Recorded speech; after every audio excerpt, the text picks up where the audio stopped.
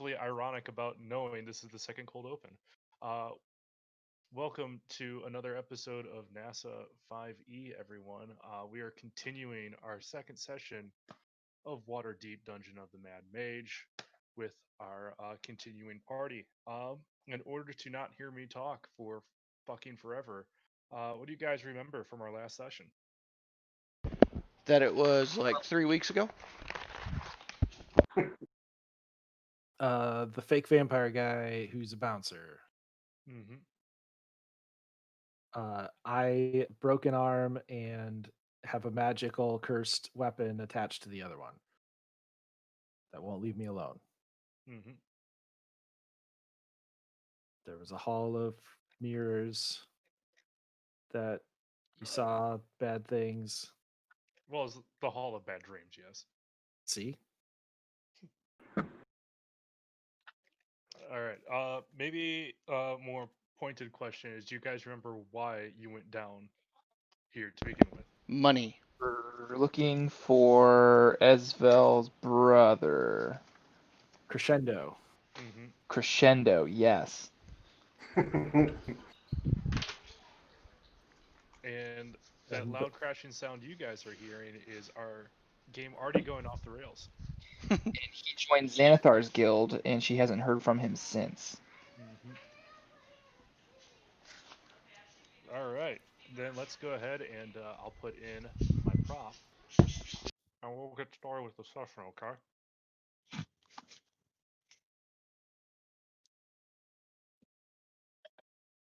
If you have, hey, yeah, it's me, uh, Dracula, but a bouncer. Look, I got a question here. Are you trying to get past? Take me to your leader. Okay, but they're gonna say the same thing I'm gonna tell you. If you want to go deeper in, you're gonna have to pay a toll. Um, you know how most vampires are kind of like evil and self-centered. Instead, we're just trying to keep a lot of the bad things from going up into the bar over there, and it's not free. As he takes his head off, and starts shaking around a little bit, but he eventually points you in this direction. Okay. what's the other way? It kind of looks like a dead end. Um, Oh, actually, that's our quick out. If some of the big bads on the other side of us, towards the deeper entrances, tend to get a little upset, we can use that to kind of trick the dumb motherfuckers into believing we're leaving. Can I look inside? I mean, I guess that part's free. I want to poke my head in.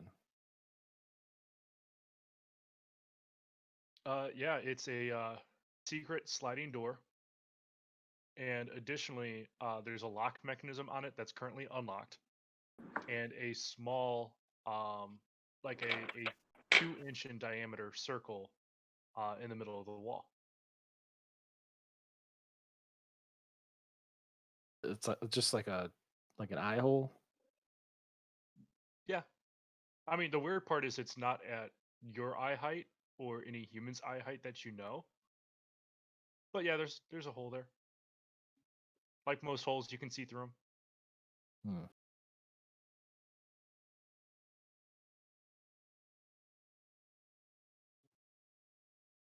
No one's in here though. There is that was actually the room in which you guys entered the dungeon at. Oh, gotcha. So Okay. so like as you look up, you can see the elevator that brought you down here. Got it. Okay. Sorry, it took me a second to realize what you were asking. Yep, that's it. Yep. Okay, cool. Yep. Follow along. All right. So as he eventually gets up to this door, you start hearing him make this intricate knock.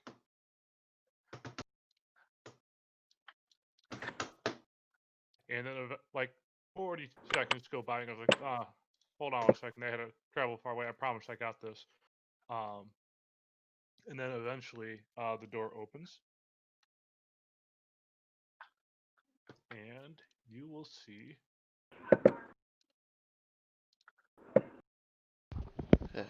I am dealing with stupidity. Oh god, it's Odd Job. He's back. Dun dun dun. Where's the Jaws guy at? all right. And you guys see 4 different tokens, correct? Yes. Yes. Awesome. So, as you come in here, you see a few other vampires in here, and the one, once I get onto the right layer here, this one comes up and says, "Welcome to the Undertaker's Passage. If you are looking to get by us unimpeded, that can be arranged for a price." Answer these questions 3. What is your quest? Well, we're not looking. We don't really care as long as we get paid. Oh, forgive my manners. My name is Strahd. Blair. Why does everybody do that? I got pointy teeth too. It's okay. It's not racist.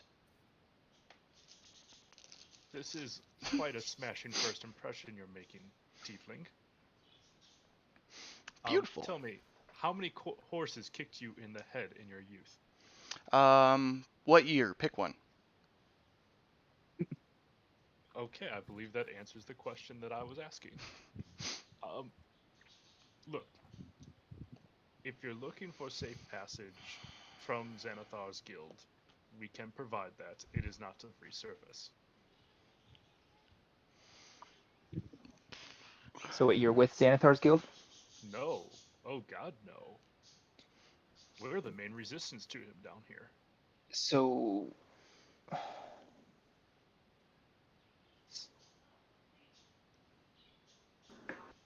why are we paying you?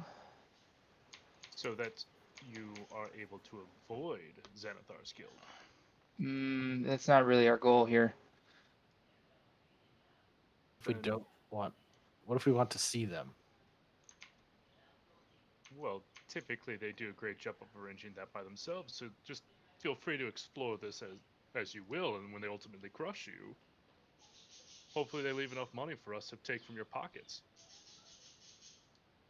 So what does your group do other than extorting the 5 people a year, I'm guessing, that come down here to not run into Xanathar's guild? Roll an intelligence check for me. Okay, my intelligence.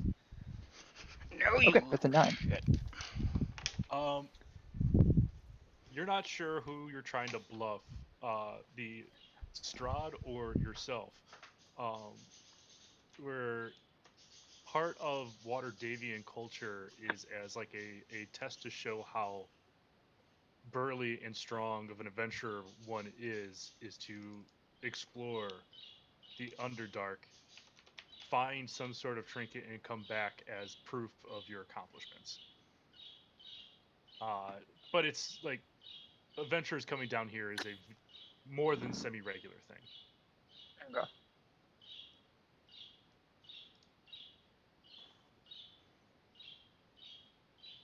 As this point, Strahd comes closer to you all and just goes, "Well, you're welcome to head back south and face Xanathar's guild directly head on, but we were able to get a few of their members north of our territory, and I'm sure the bugbears have done away nicely with them now." Those are your bugbears. So you know those bugbears? Not personally. I know there's a healthy tribe of bugbears up north of our position. How do you not get attacked? By being stronger than them, of course. You don't look strong. You don't look smart, but I'm sure you've wizened up enough to get down here. And I'm sure you're smart enough to know that it's better to pay this than not to.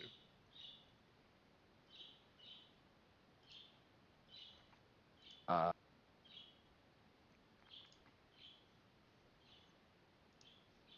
how close is he to me?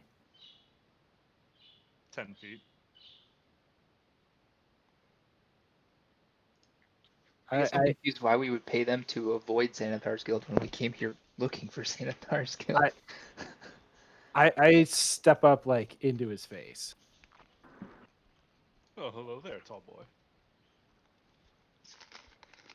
And I'm just quiet. I'm just standing next to him, face to face. Roll an intimidation check. We'll see how this one works out. 12. Okay. He just goes,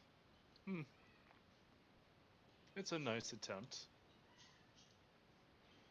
Although I'm sure if I could see your true expressions, I'd have a much more. I'd be quaking in my boots a lot more. Turn. What does he mean by true expressions? I think you each are wearing a mask. Where? At this point, I would like you to make a charisma saving throw, Ooh. Royal.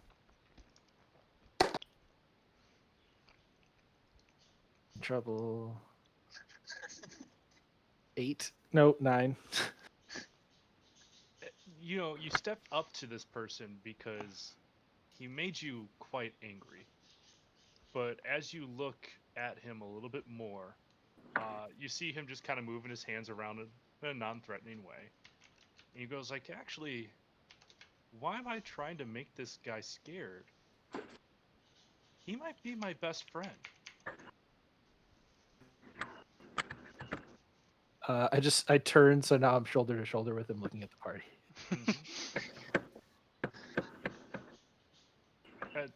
At this point, he just goes, now, I understand that you want to interact with Xanathar's Guild, and maybe I can offer you a middle ground, for a premium, of course.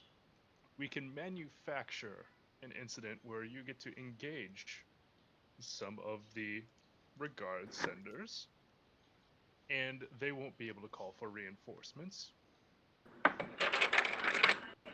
But at the same time, if you decide to kill them, take their stuff, or decide not to and see what they know, you've paid us to not ask questions or tell anybody.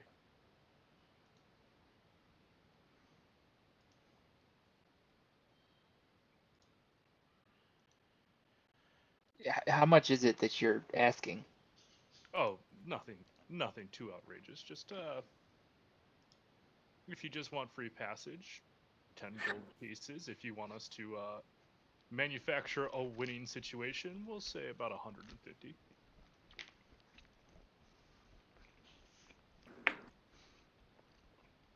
It turns out a lot of us really love talking. We have to be highly incentivized to not do it.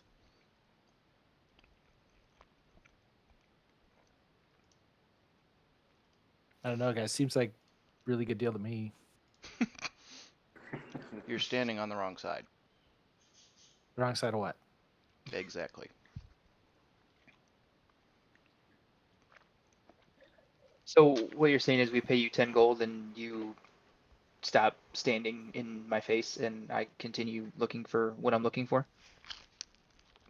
Yes, I'd say that's a very fair summary of what's going on so far. I want to pay him 10 gold in copper. Oh, wonderful. Your money's all good here. But, Fun with 10,000 pennies. but I'm going to count them out one at a time, really slow, and then lose count and start over. Oh, trust me, I have, well, I guess I'm a vampire. I have eternity. It's really only your life that you're wasting away. What kind of clothing is this guy wearing? Clothing that 100% looks like he's been underground for a long time. It's very, very dusty. There's some patches that have been fixed. There's some holes that need to be patching, but they don't look like clothes of grandeur. They actually roll an insight check at disadvantage because you're currently charmed by him. Everything I roll is trash.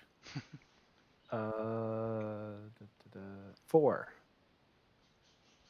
I mean, they're not your first thought when they come to vampire clothes, but then again, vampires do laundry too.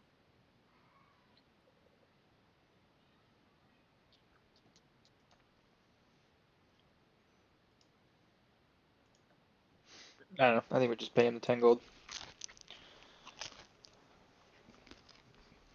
It's not like we're not, stage whisper, filthy rich. I'm sorry, what? No, I'm kidding. Right, so we need to pass these guys? Is that what you're saying? Is that what I'm to understand? Yes, you're understanding that. Okay. You can. I start walking past. I'm not paying you a fucking thing, and I'm just gonna keep walking. Thank you. I would have done that, but I'm charmed. At this point, the charm effect, I believe, is ending for you, Royal, and you now become aware that you were put under the effect of the friend spell from our friend Oddjob here. I am going to not super hard, but just kind of grab him by the throat and then try to poke at his teeth. Like, are they real? All right, do me a favor. Make an contested athletics check. More so to see if you're able to keep him from wrestling away from your choke. Okay, athletics. That is a 14. You succeed on this. You grab onto his throat, and with your thumb on that hand, lower down his jaw. And as you point at his teeth, they are also fake vampire dentures. A little bit more convincing than vampire bouncer. But as this comes through, and you're no longer under the effect of the charm spell, you realize this is a shitty theater costume. These guys aren't vampires at all. Can I yank the teeth out? Yeah, easily. All of them, including his own. You can do that in good time, but you can rip out the fake teeth immediately. I want the fake teeth. That's all I want. Yeah. As Royal's pulling the fake teeth out, I look at him and I say, if you want to keep your real teeth, I suggest you get the hell away from us. Well, about that, as he reaches into his pocket and before Royal starts to grip further down on his throat, blows this whistle. At this point, let me change map layer again. We have a couple more individuals come out. None of them actually appear like vampires. Instead, you see individuals with instruments and swords all around them. Oh, crap, we're in a musical. Yep. Now, like any good battle, let's start with initiative. And let me start with a piece of paper so I can write down the order of events.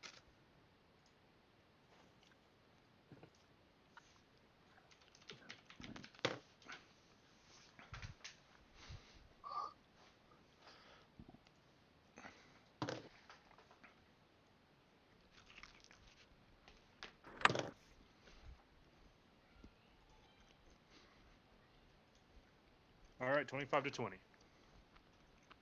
24. All right. 15 to 20. 15. 15 also. All right, who's got the higher dex mod? Probably not me. I'm a 2. Mine's 4. Okay. So we will have Vash followed by Fake Vash. Damaros, what'd you get? I got a 6. All right, we are going to start off with Varm Nefarious.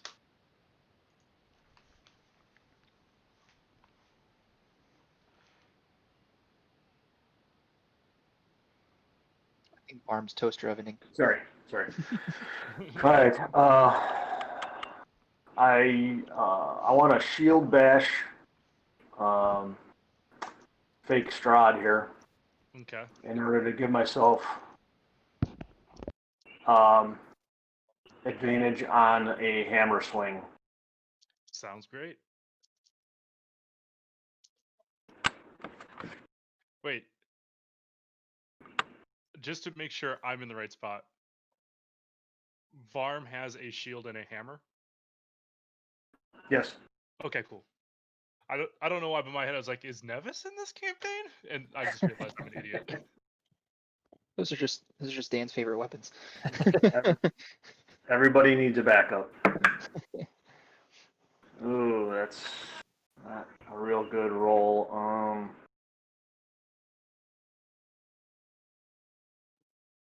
Math. 12. 12 unfortunately will not hit. Okay. I believe I have extra attack. Yes. Yep, level 5. So as I, swing through and I miss, want to swing the hammer back around and try to crack him again.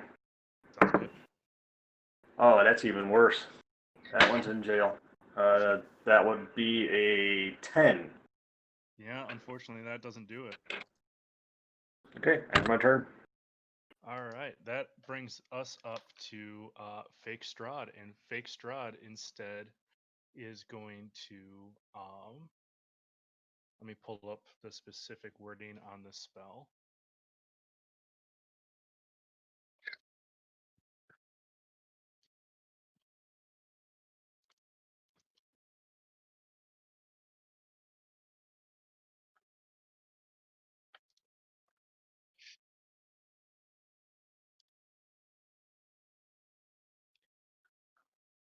All right, Royal, I need you to make a Wisdom saving throw. He's just picking on my weaker points. Come on. It's because you're insane. 5. All right, at this point, you see on top of Royal's head this twisted, jagged iron crown. And how much of your eyes appear through your face mask, Royal? You can see him. They're just there's some fur around them. So There's this weird sense of rage coming through Royal, even though this isn't a traditional rage you've seen him with.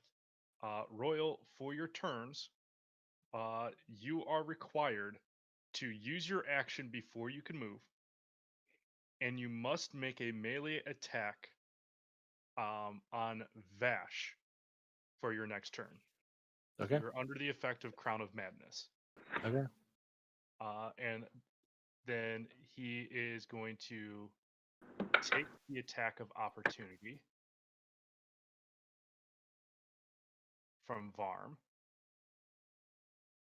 and back off a little bit since he's holding concentration. So Varm, if you'd like to take a hit, go ahead.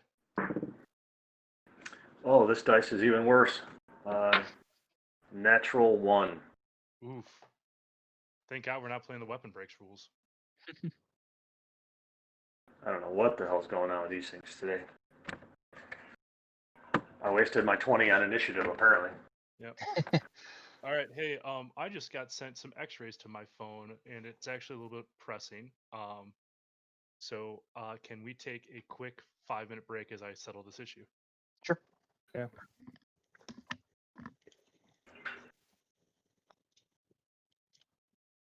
I didn't know I was going to start World War III there. I'm gonna go ahead and mute him on the server since he didn't.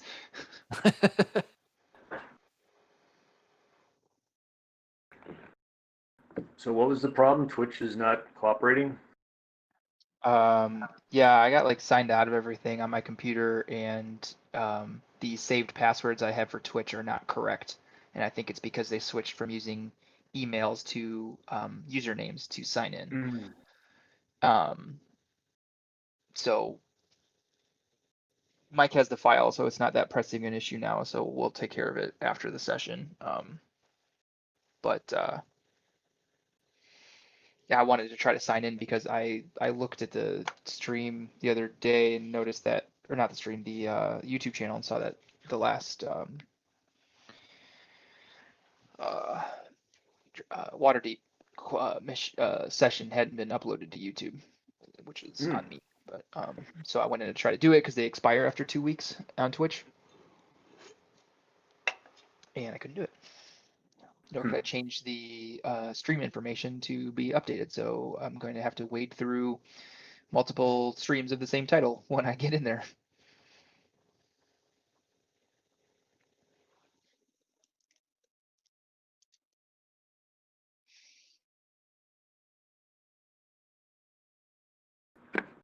Scott, did you move? I have a table that you can't see. I would assume, yeah. I noticed that we don't have curtains for a backdrop, now there are cabinets. Yeah. Yeah, nice. I need to go get my dice though. Okay, you've got time.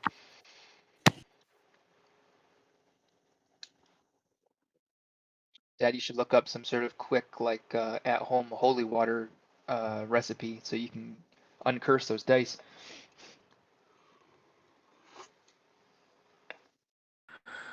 Well, I'm hoping by just putting them in timeout, they'll start to behave. It's not like I don't have a shit ton of 20s that I can go through. Yeah, that's true.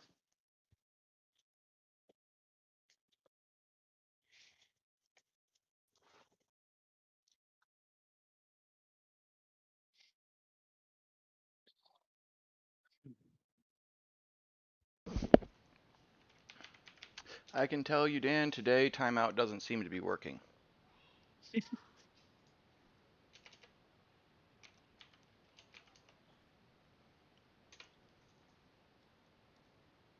All right. Yeah, sorry about that. Got a call that says, "Hey, with an X-ray." It goes like, "Does this look broken?" And the answer is, "Oh God, yes." And it goes like, "Oh, my doctor said it wasn't." Wow, Jesus.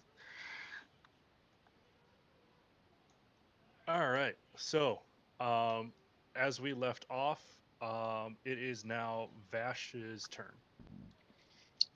Okay, I don't really have a reason to dislike anybody as much as I dislike Objob, so I'm actually going to also take the attack of opportunity and run after him. Also assuming that the guy who took us here is so spineless that he's not going to do anything, but he probably will. He's gonna try to do something. Let's see how it goes. That is a 14 to hit. Nope, he does nothing. All right. At this point, he recognizes it just a little bit too late, and he just goes, "Hey, get back here!" Tries to grab you, but by then you've already, 100% Roadrunner versus anything Wile E. Coyote does.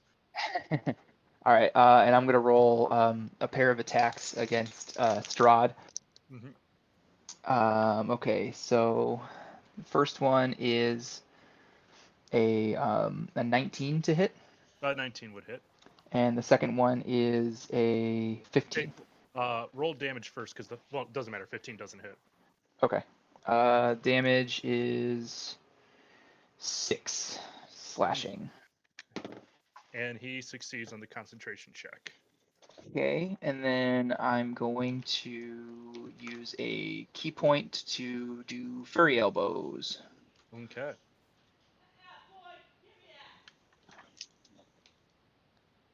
The first one's gonna miss. The second one is another 19.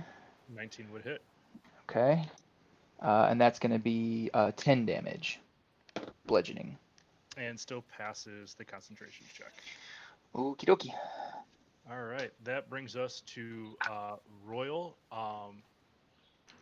Because you cannot attack Vash without using your action, you have foregone your main action and bonus action. You only can move right now. Do I have to move towards Vash? Based off of the spell, um, you can act normally on its turn. Actually, I take it back. You have a normal turn.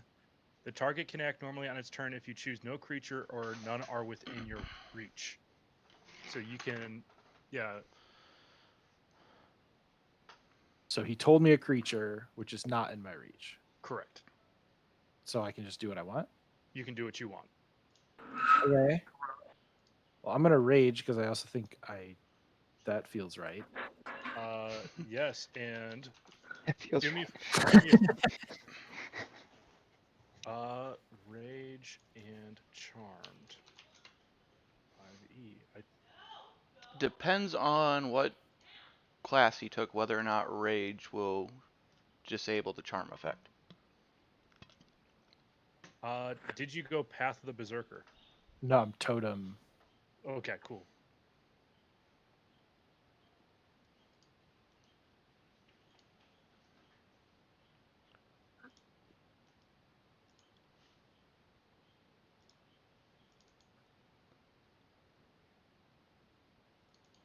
So the only creature you are not allowed to attack right now is Oddjob. Everything else you can do because you're Okay. charmed. Then our little bouncer friend's gonna take a hit. All right, roll to attack. With the old greatsword. Hmm. That'll almost certainly hit. 20 something. Yep. Okay.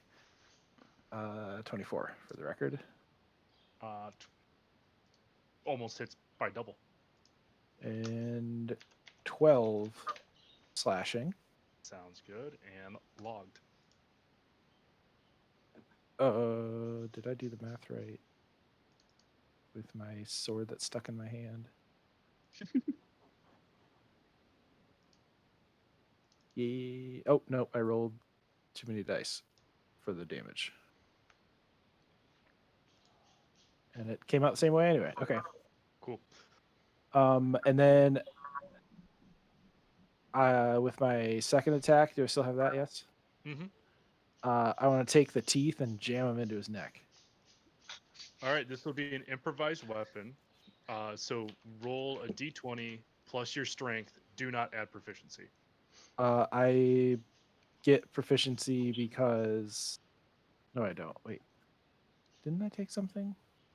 No, I have not taken that Brawler?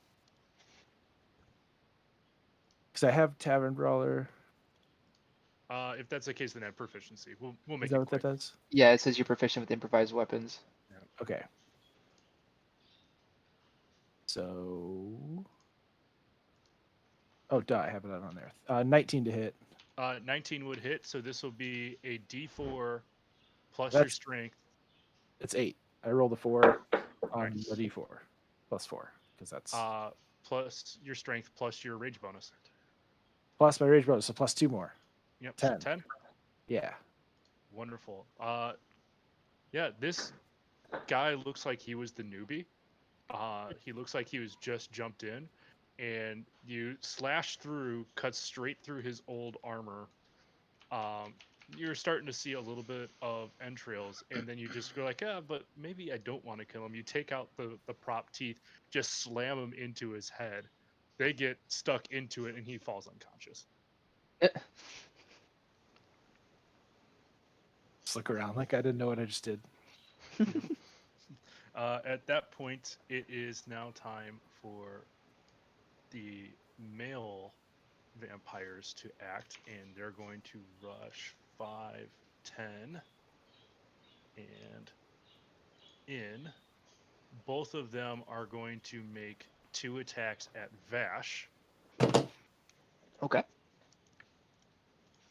The first one is going to be an 8 and a 22 to hit. The 8 will miss. Which one is the one that's attacking me? They're both going to. We're doing the north one first. Okay. Can I use my reaction and a key point to force that miss to hit odd job? You certainly could. Woohoo! Tipsy sway. So odd job ends up taking 8. Hold up. 6 points of piercing damage as a rapier ends up going too far to the side. You grab the wrist and just send it into odd job. But then the other attack does hit me. That was what, a 21 Yeah. or 22 you said? Yeah, I'm just making sure that I'm doing math correctly. And then the other one is full damage. That's 10 piercing damage as he's able to just drop the rapier into his other hand and send it right into your side. Now it's time for the one on the south. This will start off as a 14 and a 15 to hit. Those will both miss. All right, cool. Then we have Damros to act. Ooh, I get to do something.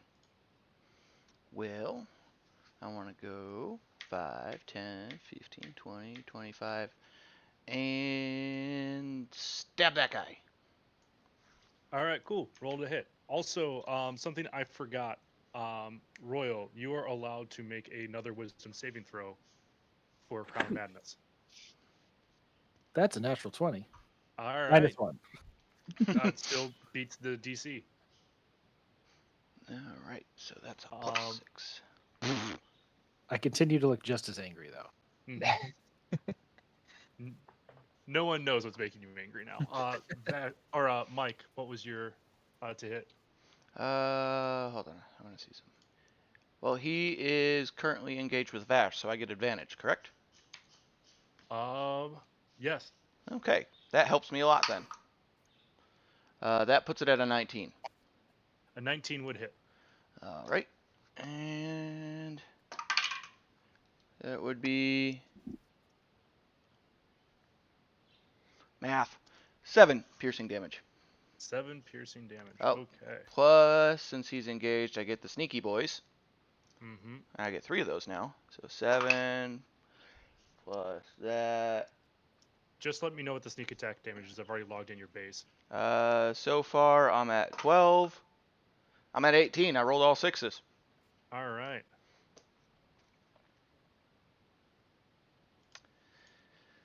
And I am done.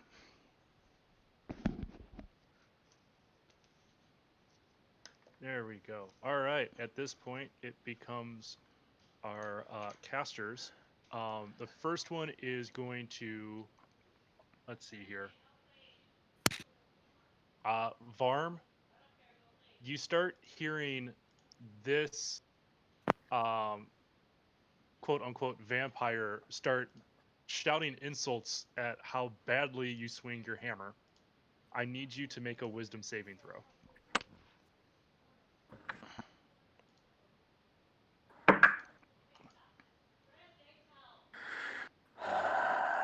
13. 13 unfortunately just misses the DC. Then I'd like to use my inspiration. All right, cool. Same damn number. You believe this shit? So you take 5 psychic damage, and you have disadvantage on your next attack as you are under the effects of a vicious mockery spell. Dang, they hit Varm where it hurts in his ego.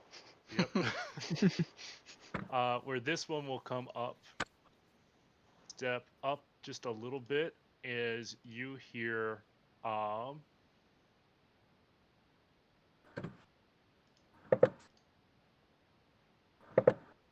right, evens versus odds comes out as odds. Vash,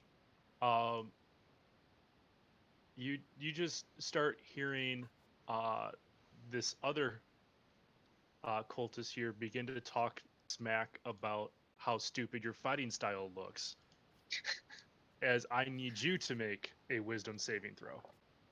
Okay. I sort of quietly say to myself, he's not wrong. Man, I rolled a natural 1, so a 4.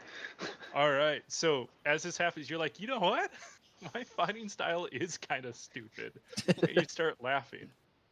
And you start laughing harder and harder than the joke ever deserved to be funny. As you fall to the ground, you're under the effect of hideous laughter.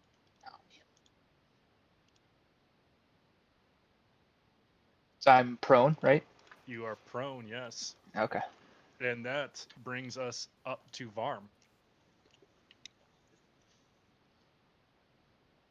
All right, not one to let someone get the upper tongue on me.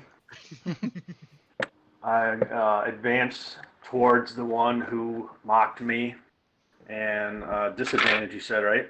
Yep, only the first attack has disadvantage. Okay. Well, given today's history, I'm definitely going to fail this. Oh yeah, that would be shit. The bed 12 again. Unfortunately, does not do it. All right. Second attack. Yep, Try the straight same roll. thing on the same one. Finally, 22 to hit. Hits so hard. I wish I had some extra shit to throw into this, but I do not. Oh man, Pally Hagrid would have been so great right now. And continuing today's trend, I rolled a 1 on a d8. So that becomes 5 bludgeoning. And All I'm right. shitting the bed like a toddler. We're, Well, we're good now for you. relying on Damrose to pick up the slack for once. That brings us up to Odd Job. Or Strahd. Straw job. Yeah, Strahd Strahd job. Job. Is going to circle around like this. And then is at this point here, I need 5. Damrose, Varm, Royal all need to make Constitution saving throws, as well as one of my cultists. Ooh. My cultist fails. And you said Constitution. Mm-hmm. I rolled a 19. That's a pass.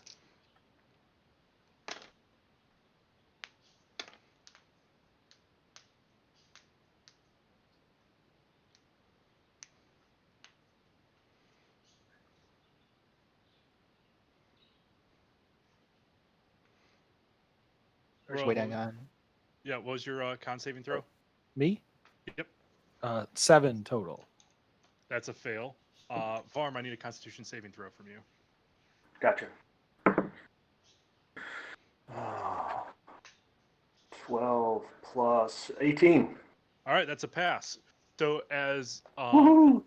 yeah, as Odd Job or Straw Job comes around, he grabs his whistle again and blows into it as hard as he can. And oddly enough, you feel the air around the three of you reverberate. Um, as for as this happens, you begin to air just feel like it punching you. You take those of you who failed take 13 force damage. Those of you who passed take 6. Don't worry, I- man. It happens to everybody. I take 12. 13. But if you're raging and have resistance to force damage, then it goes down to 6. Nope, not force. You guys were under the effects of a shatter spell. Gee. And that brings us up to Vash, Okay. who What is can current. I do under the effects of that spell? You are able to move, I believe, and then you forego your main and bonus action to take a saving throw at the end of the turn. Okay. I will. I'll stand up at least, which will cost 5 feet of my movement because of You're- the other part of Tipsy Sway. Hold on 1 second. I don't know if you're able to do that. Oh, what's Tipsy Sway tell you? It tells me that I can stand up using 5 feet of movement when I'm prone rather than half my speed.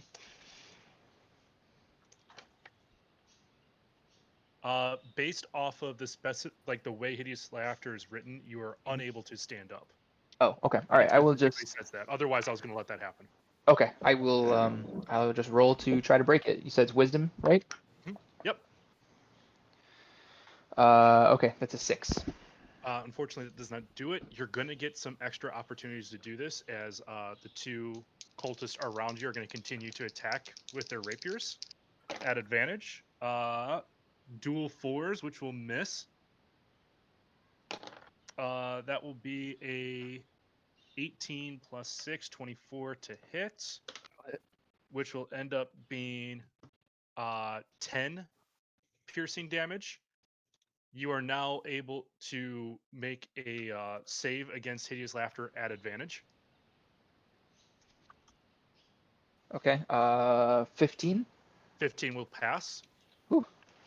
But you still get 2 more attacks at you. This will be a 16 to hit That'll miss. and a 24 to hit, That will hit. which ends up doing the minimum. This will be 4 points of piercing damage. Okay. At that point, we're out of male cultists, which puts us at Royal. I'm sorry, I skipped Royal. Yeah, you did. You didn't skip me. I'm after Vash. Yeah, Right? but I put the male cultist in front of you Okay. when they should have been behind you because Then I didn't write in a linear line. I'm a rush at Strahd Job. Okay. Charge at him and hit him with the long sword that is attached to me, Sounds great. two-handed. Recklessly, Okay. 14 to hit. A 14 would not hit. Those are horrible rolls. You do have an extra attack though. Yeah, but I don't know if I still have the charge advantage. I'd say you do. Yeah. Okay, cool. That will definitely hit because that's 26. Okay, that hits. You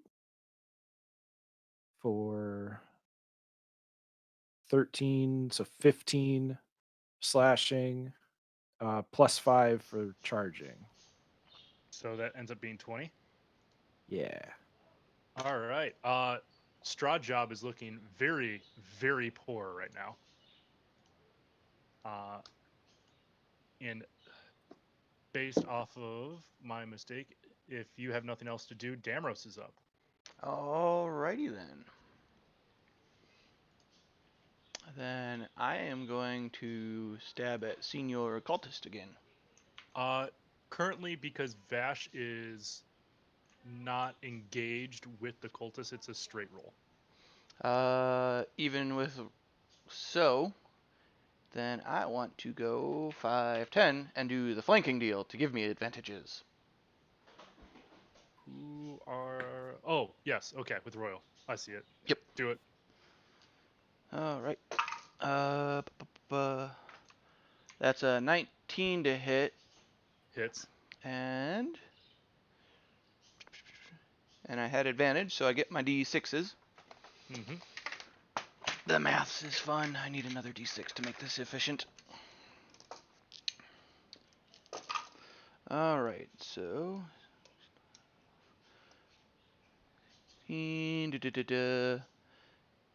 that is 19 piercing Let's damage. see what that changes. Yeah, this one here, you snuck him out of this plane of existence. Suck it, Trebek. Yep. That brings us up to this one here.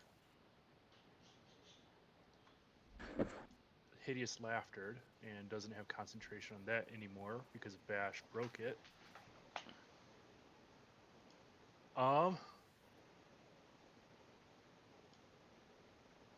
This one, Vicious Mockery, isn't really in a place to do it again. So instead, she's going to make 2 dagger attacks at Varm. Just trying to separate herself as best she can. What's up? Wait, no, she can only do 1 based off her Bard School. That will be a 22 to hit. and we'll do 4 points of piercing damage. As she's going to back away using the sword and board. Whereas this one here, who used her level 1 spell slot,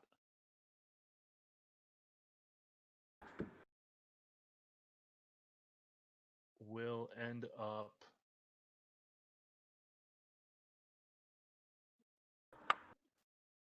Damros, you hear this cultist shouting at you. It says, congratulations, you killed the weakest one out of us. Do you feel proud of yourself now? And I need you to make a wisdom saving throw against vicious mockery. Okay. I need a 20. 13. 13 just misses the DC. So that will be 7 points of psychic damage, and you have disadvantage on your next attack. Hmm.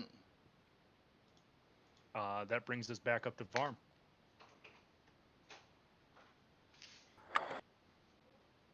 All right, so the one chick, she moved. Yep. Ash just got some help from Damros because I think he's probably going to be needing it soon. And instead of diving in even further and getting myself flanked and double teamed, I'm just going to jump over to this caster here and attempt to melee that one.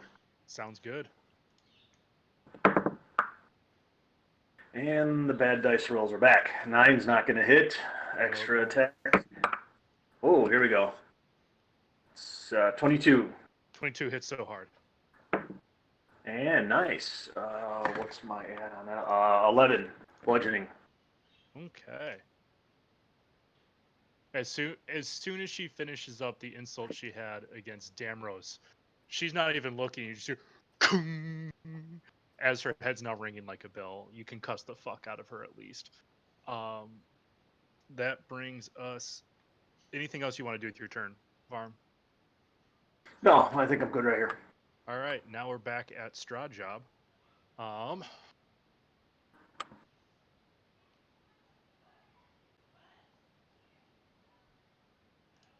Out of lack of spells to use now,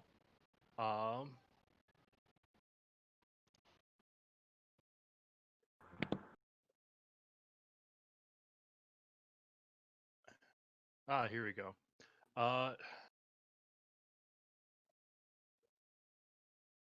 This individual right here, he's just going to pull out his lute, and he starts playing a note. And as you see that, minimum healing. You see her start to stand up a little bit straighter. It looks like he played a healing word on that cultist using his last spell slot. That brings us up to Vash. Okay, so now I'm going to use my Tipsy Sway to stand up using 5 feet of my movement.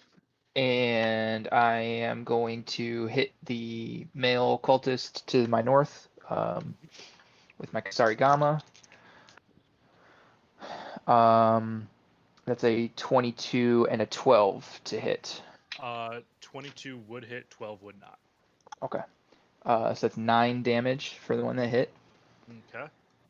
And then I will do, with my bonus action, unarmed strike for another 22 to hit.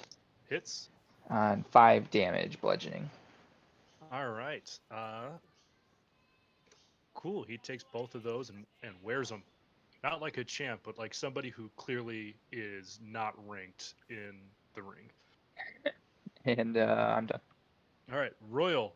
It is now actually your turn, as opposed to where I put you last round.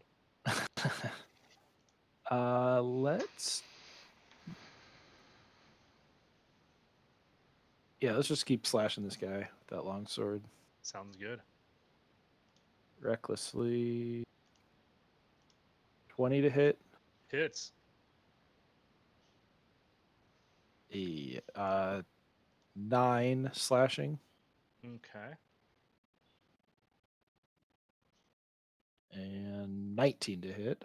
19 hits. For 11 slashing. Hey, explain to me how this cursed sword just recorded your first kill with the cursed sword.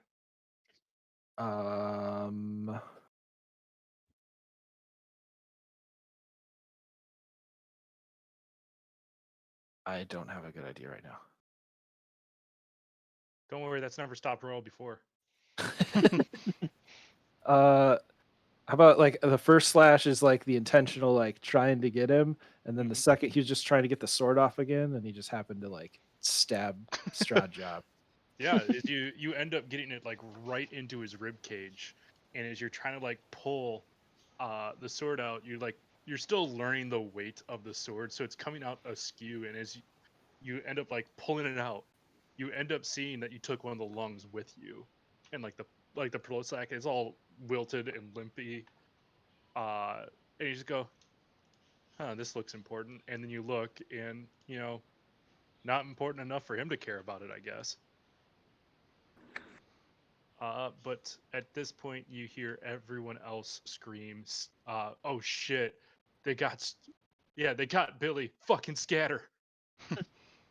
Um, at that point, it Billy. is now the males, the lone male's turn. At this point, he's going to disengage, and 5, 10, 15, 20, 25, 30. He still provokes an attack of opportunity from me because of Sentinel. Even if he disengages? Yep. Well, then fucking hit him. All right. Damn it, it's a 10. Okay, and then this one will disengage. 5, 10, 15, 20, 25, 30. This one will disengage. 5, 10, 15, 20, 25, 30. At this point, I'm sorry, I need to put those back to where they were. Damrose still gets to act. Alrighty. So,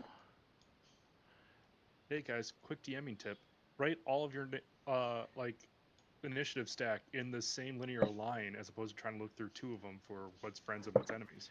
so this guy's trying to flee, Yep. and I have. The LR. So I want to go 5, 10, 15, 20, 25, 30. And I want a bonus action dash. Okay. I'll go 5, 10, 15. And I want to try and stab him disadvantaged. Okay. I forgot that you had vicious mockery against you. I did not. Thank you. 17. 17 would hit. Alright, and no sneakies. So I only get 8 piercing. Only 8 piercing. Mm-hmm. Only 8. At this point, he's running away. He's looking behind, and what he doesn't notice as soon as he looks forward is a hovering tiefling who just goes, "Hi," boom, and pins him to the wall. At this point, they're now going to go to where I said they were going to, and we're back at the top of the order with Varm. Varm, it looks like all the threats are a lot less threatening right now, and you can continue the fight if you want. You can do whatever you like. I'm curious as to the possible figure to the north. Oh, I'm sorry. That should not be there.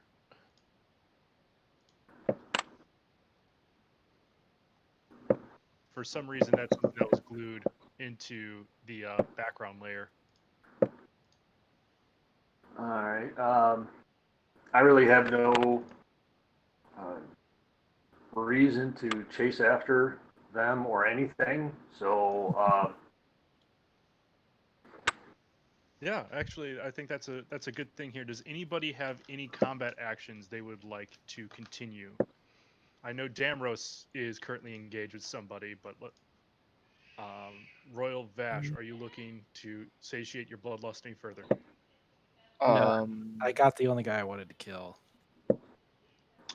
After them kicking the crap out of me while I was down on the ground laughing, yeah, I want to chase off after that guy and try to finish him off. All right, cool. Go ahead and do that. All right, so it's 30 to get there. Do I get to roll with advantage because of flanking? You would. Okay. So first attack with the Kusarigama, it's going to be an adjusted 20 to hit Hits. for 5 slashing damage. All right. And your second? Second one is going to be an 11 to hit. Would miss. All right, and then I will do bonus action, offhand strike. Also misses. All right. At this point, the male hostess himself, all pinned to the wall. Damros kind of just digging his weapon. You use a rapier, right, Mike? Yes, I use a rapier. Yeah, the rapier just kind of like digging further into the wall, just making sure that he can't escape. He goes, "All right, guys. Okay, cool. All right, I agree. The joke wasn't that funny. I'm super sorry. I was just following what all my friends did. But they're dead now, and I would like to not be. So I'm choosing something different. Please don't kill me."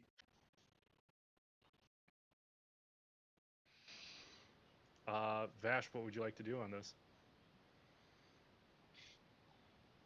I would like to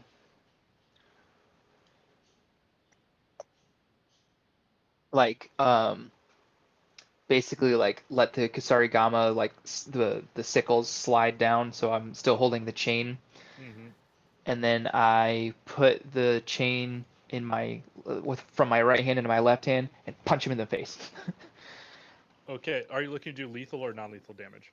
Non-lethal. All right, cool. You're going to hit just based off the narrative. Okay. What's 1 plus your dex score? 5. All right, cool. You've knocked him flat out. Good. I'm satisfied. All right, as this comes through, as he falls lifeless onto Damros's rapier, not lifeless, like unconscious onto Damros's rapier, you take stock of the battle, and through a quick inspection here, all of these individuals are just bards. They all had instruments and scripts and songs. Really bad poetry. Not as bad as like actual Strahd's poetry, but like just one step up. like Vogon poetry. Yes. Yes. Yeah. But as you like search Strahdjob's pockets, you find what appears to be a ticker of individuals who had paid the toll before. And as you do this, you do see Crescendo's name on the list passing northwards. You also, on a separate list, see their like patrols, what they found, what they've hunted, and what they've left alone. You've seen there's a number of bugbears that they've left alone. You've seen grells and gricks on the list saying ain't like with Billy on this case saying there's no fucking way we're going to interact with that. We're just going to try to convince it that there's better things to do away from us.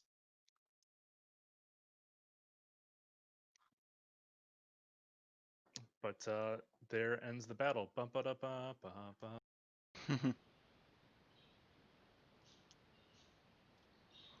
Well then, that was exhilarating. I need a break. Yeah, sorry, I threw a couple of second level damage spells at you guys and Vicious Mockery with my Bard army. How's everybody looking right now?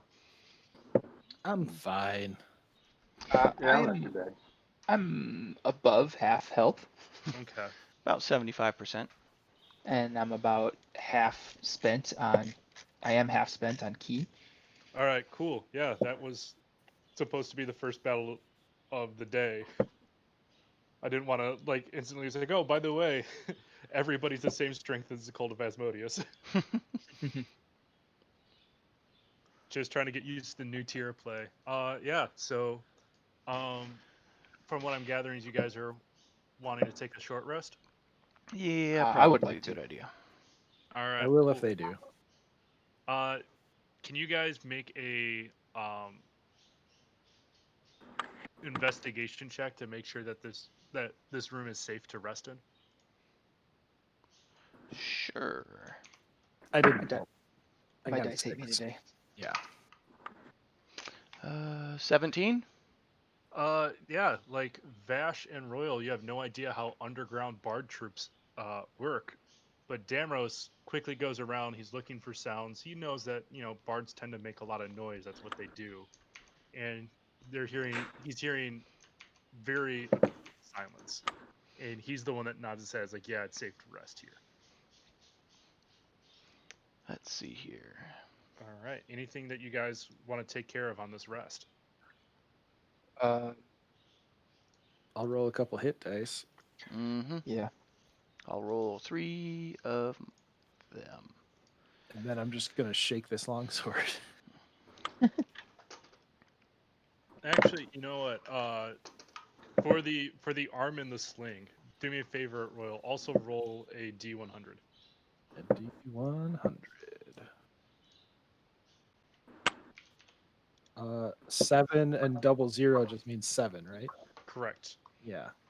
Yeah, actually, as you get done with the rest, um, between just focusing so much more on swinging the cursed sword in his hands, Royal's beginning to forget about his elbow injury, and over the course of the half hour to the hour of those short rests, he's actually moving his arm a lot more normally than he probably would give himself credit for because he's so focused on the sword. Narratively, Royal, you no longer have to factor in that one of your arms is in a sling. Okay. Just 3. Ooh, yeah. It was actually going to be you had to roll under a 10 for the first rest you took, and then each short rest raised the limit by 5. Each long rest raised it by 10 until you rolled under. So spent all that time trying to figure out a mechanic on healing, and then you just fucking roll a 7.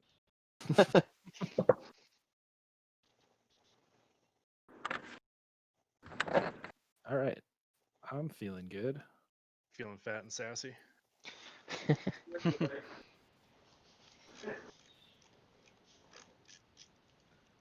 All right. So now I actually get to open the book and give you guys new instructions. Yay! Um, yeah. As you came in here, you found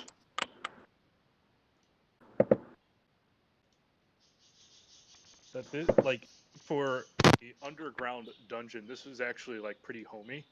Um, there's a number of things that make it look like these guys live down here full time. Um, you find during your rest inside one of the end tables, you find 220 copper pieces, 91 silver pieces, 85 gold pieces, a silver ring valued at 25 gold pieces, and on that silver ring is engraved dwarven symbols. And if any of you know dwarven, you can figure out what those symbols indicate. Nope. I do. They're associated with fertility and sexual potency. Sweet. Yeah. Found a dwarven boner ring. Yep. Does he say that out loud? Yeah. And then each of you, for the bard bandits that you found, roll 1d6 and add that into your gold inventory. 4. 5. I rolled a 1. That's 1 gold. One that you didn't have before. I will Got a treasure 6. this forever.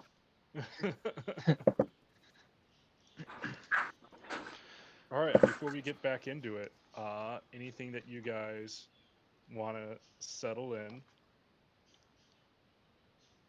Um, so we know that um, Crescendo went north based on the ticker in Strawjob's pocket, right? Yep. And then also the Gricks and Grells, whatever the hell those are also in that direction. Uh, based off of the specifics on here, is like they're all over, but they're trying to make them go towards the south. They're basically like if how deeply do you read the notes that he's taking? Um, beyond seeing that Crescendo went north, probably not that closely.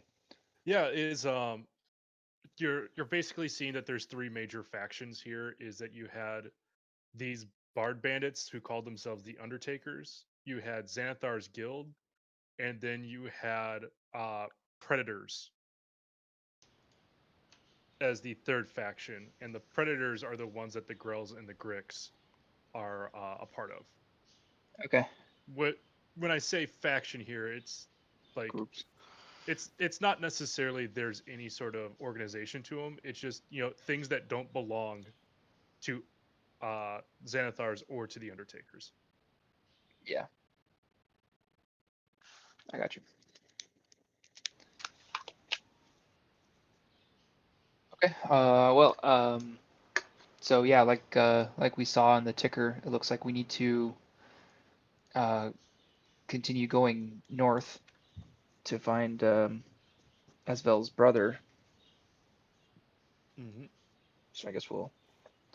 North it Uh, is. yeah, I'm ready to do that when you guys are. Which way is Do we? north? I think it's Top is this north. way. Keen mind. Which way is north? Good character. The top of the map is north. You're welcome.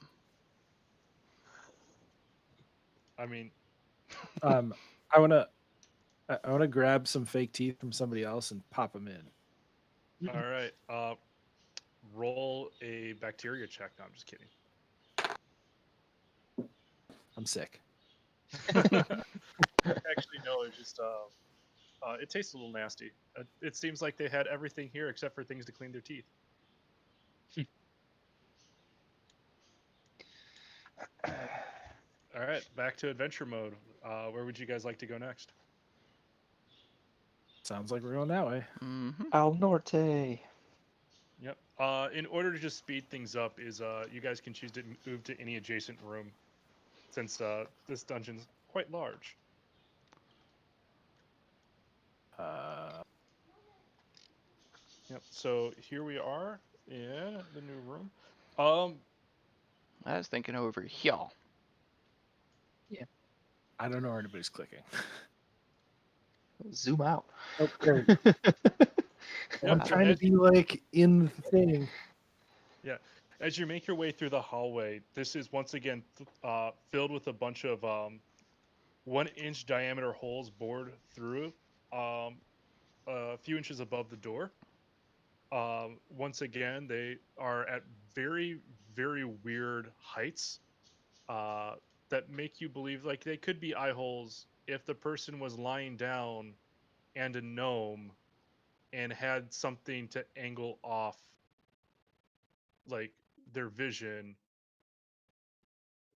I'm Yeah. gonna try it out. Lying down and pretending I'm a gnome. Yeah, do a performance check for me to see how well you feel like you're a gnome. It's a 1. Oh my god, +2. it's so amazing. You Do feel you guys? like you've never known a bigger gnome in your life. Like this deserves to be in the Waterdavian book of records of tallest gnome. I should have just joined the Bard troop. Yeah. Does anyone think that like maybe like these holes are for like allowing water to come through? That way, like if it floods down here, you don't get a Poseidon adventure kind of thing, and like maybe it just gets a little bit flooded everywhere instead of really, really, really flooded in one room. This doesn't make sense. Makes Uh, as much sense as your gnome theory, Holes, Royal. holes in walls are for looking through things. Damros, what's your intelligence? My intelligence is a 16. Do me a favor, roll an intelligence check, Okie dokie. and do you have proficiency in Arcana? No, I do not. Okay, then just an intelligence check. I rolled an 11. Okay, yeah. You have nothing to add in this conversation that is an implantable idea from me. What if they're dirty, floody eye holes?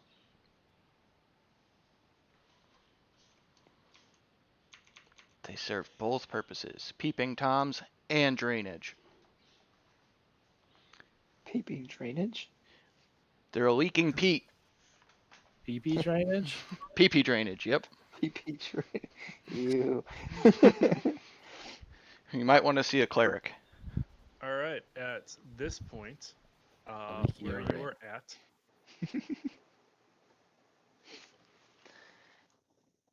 oh my gosh,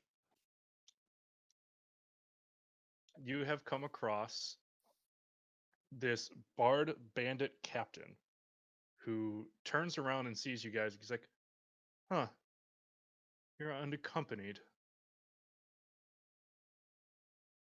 Let me guess. The one who tried to convince you his name was Strahd, laid it on a little bit too thick, pissed you guys off, and then you guys fought each other, ultimately leading to his doom."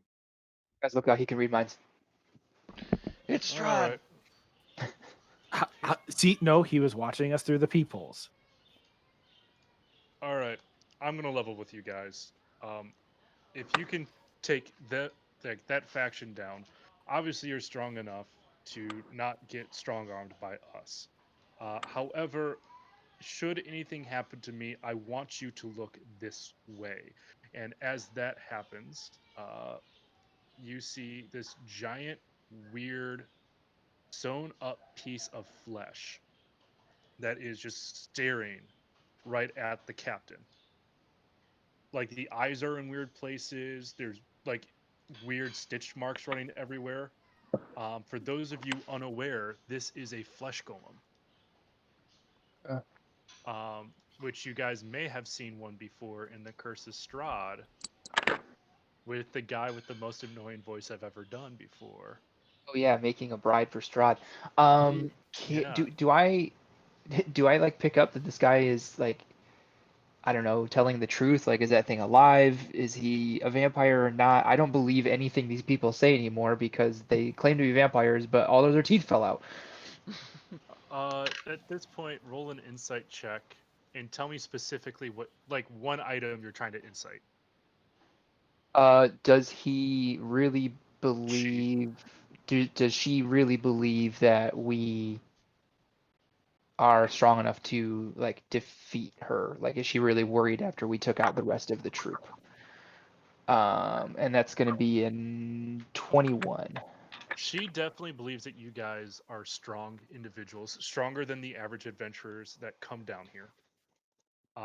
She is, from the way she's phrasing things and the way that her body language is, she's not aggressive, but she's not cowering at the same time. She's just saying, it's like, hey, you know what? You guys had a fight. You took some of our guys. We understand your strength, but we aren't looking to avenge those guys if you're willing to just talk. Are you gonna sew them into this thing? This is something we found, and despite all logic, is taken a shine to me at least.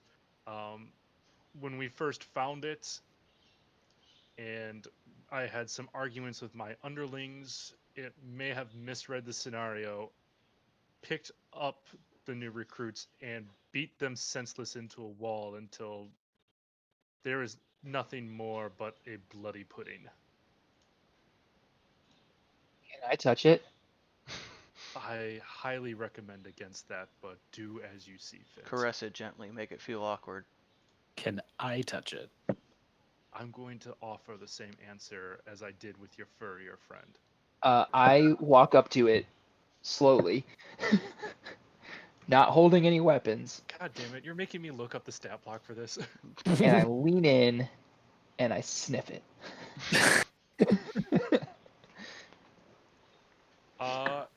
Give me just make a charisma roll.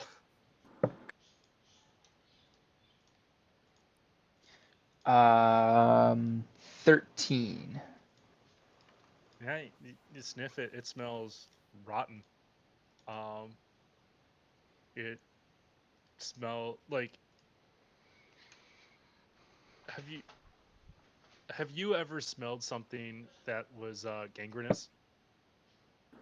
No, thankfully. No, unfortunately, I have while working at Midwest Orthopedic, and I have to tell you, it's an absolutely like aggressively vile smell. Like not only does it go up your nose, but it hangs in there, and yeah, and like you immediately retch a little bit. But you're trying to not offend anybody, so you're trying to hold back to retch at the same time. It's not good. At this point, the golem comes down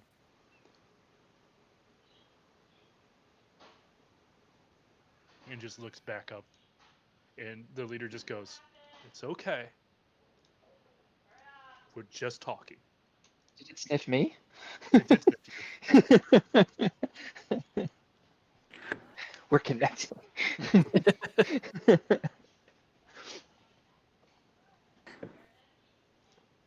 uh, okay, so what do you want to talk about? I would like to leave my operation standing at some point, and I feel like we have to acquiesce to some of your demands before this entire place creates a power vacuum. Uh, well, you know what? Actually, guys, if you don't mind, I'm gonna try something here. And this is when we all die. Nope. I'm going for 100% honesty. Listen, I'm a businessman myself. I get it. I'm not here to interrupt your operations. Those guys were a little heavy-handed. You're right. In truth, I'm here to find somebody who may have joined Xanathar's guild. Once I find him, I'm out of here. I'm not looking to make any more power vacuums with these here sickles. That's not what I'm trying to do. I just want this kid, and then we're leaving. Okay, I think I can work with this. At this point, she gives a thumbs up, and the flesh golem begins to back away a little bit off to his own fleshy corner. It sounds dirty. Yeah. Yep. At this point, she like points you all to a table at the top of this like room, and she begins to sit down and goes like, "I'd offer you guys something to drink, but I get the feeling that you would be so defensive you'd think I poisoned it. So if it's okay with you, I'm going to forego that formality." It's okay, I I don't brought see my how you own. can consume anything with that thing around. Yeah. I don't think it's that bad. It smells a lot like the inside of your mask, Royal. Don't chew on it. How did you smell the inside of my mask? It smelled your face while you were sleeping. You two are the weirdest roommates. All right. Well, I was going to have some more small talk to get us started, but I don't see us improving from this direction. Oh, it's only gonna go downhill, trust me. I quickly gathered that. Uh, Before we start, my name is Haria. As you can see, I'm not a vampire at all. Instead, we use this as a projection of strength in order to keep individuals who are unfit to be down here from falling to the likes of Grix and Grells and Bugbears and whatever Xanathar's guild have you. Why? But I It- guess if you're looking for more honesty, it's the best work we could find, since there isn't enough of a theater culture in Waterdeep in order to keep us employed regularly. Well, you see, Royal there is somewhat of a connoisseur of the arts. I do a great gnome.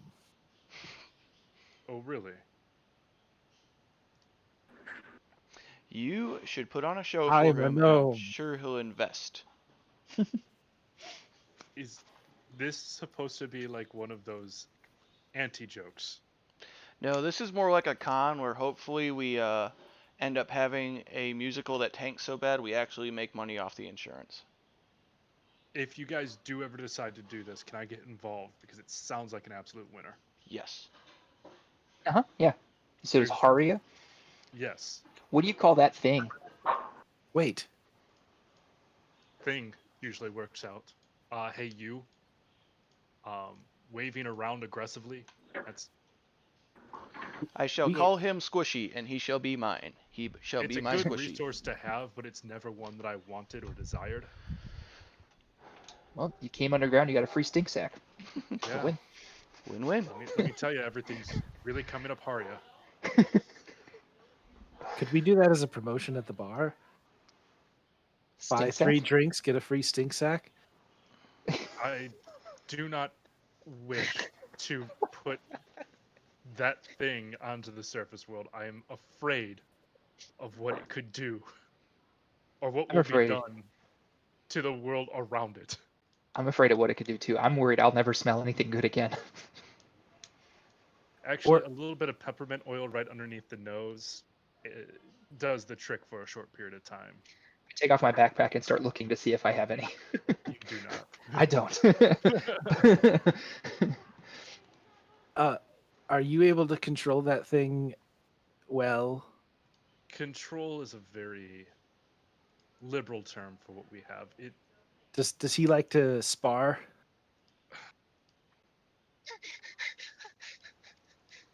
oh dear God. Well, I'm trying to come up with employment ideas for you guys. I don't want people down here who can't handle what No, no, lies no. ahead. No, we have a bar and a fighting pit. We could do like survive 3 rounds with the stink sack and Get a free you drink. get something. Yeah. How are you going to get this to recognize how long a round is and to stop fighting once that round is up? Well, you So said it you listens come to you. That's where you come in. Yeah, you're its manager.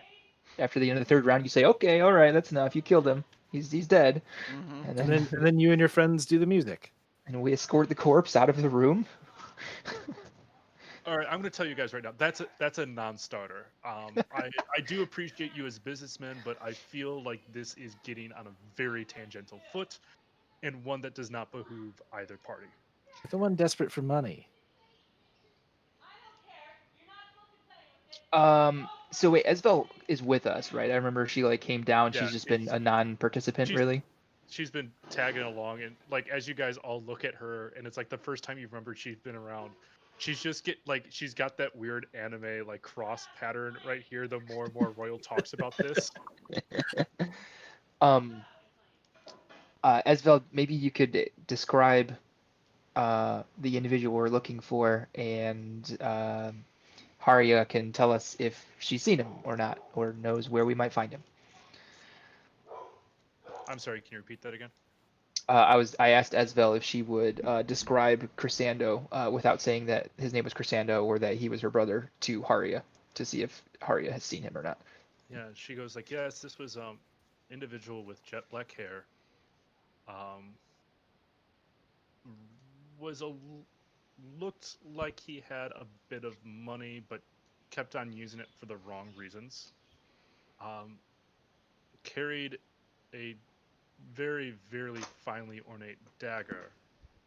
Does that mean anything? At this point, Haria just goes, yes, there's an individual who passed through this. We did not work alongside him per se. He just kind of took the toll. We let him through, and he went into bugbear territory.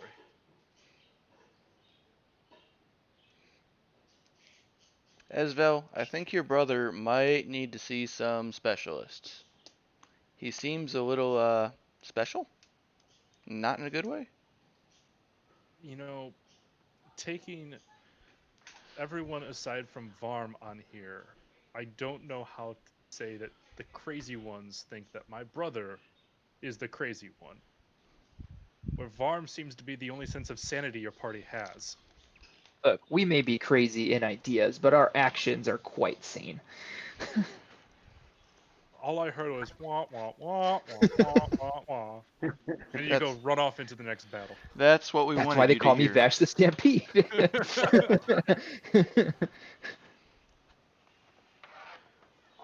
Oh my gosh, I hate the fact that you guys were the most reliable people I could find for this.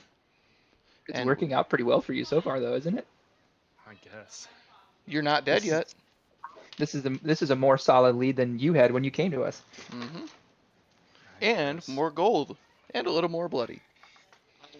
Hari, do you and Stinksack maybe want to escort us to Bugbear Country? I'm not asking you to go through it with us, but at least so that we get there expediently. Without being Uh, accosted by any other genuinely idiotic bards. Or well, Stinksacks. I can tell you exactly where we end up leading people, and I can tell you where he was very, very adamant on going. You see the other half of this room where the doorway is and the columns. Essentially, she's pointing to right here. You mean the area guarded by Stinksack? Yes, just behind there. The reason why we leave Stinksack there is that there's a number of manticores um, to the east end of that hallway. Typically, that's the farthest we'll let adventurers go unless they are sufficiently armed. We usually try to steer them away from there, because that's how you also get deeper into the dungeons as well. That being said, that was where he said by order of Xanathar's guild he was very, very adamant on going to.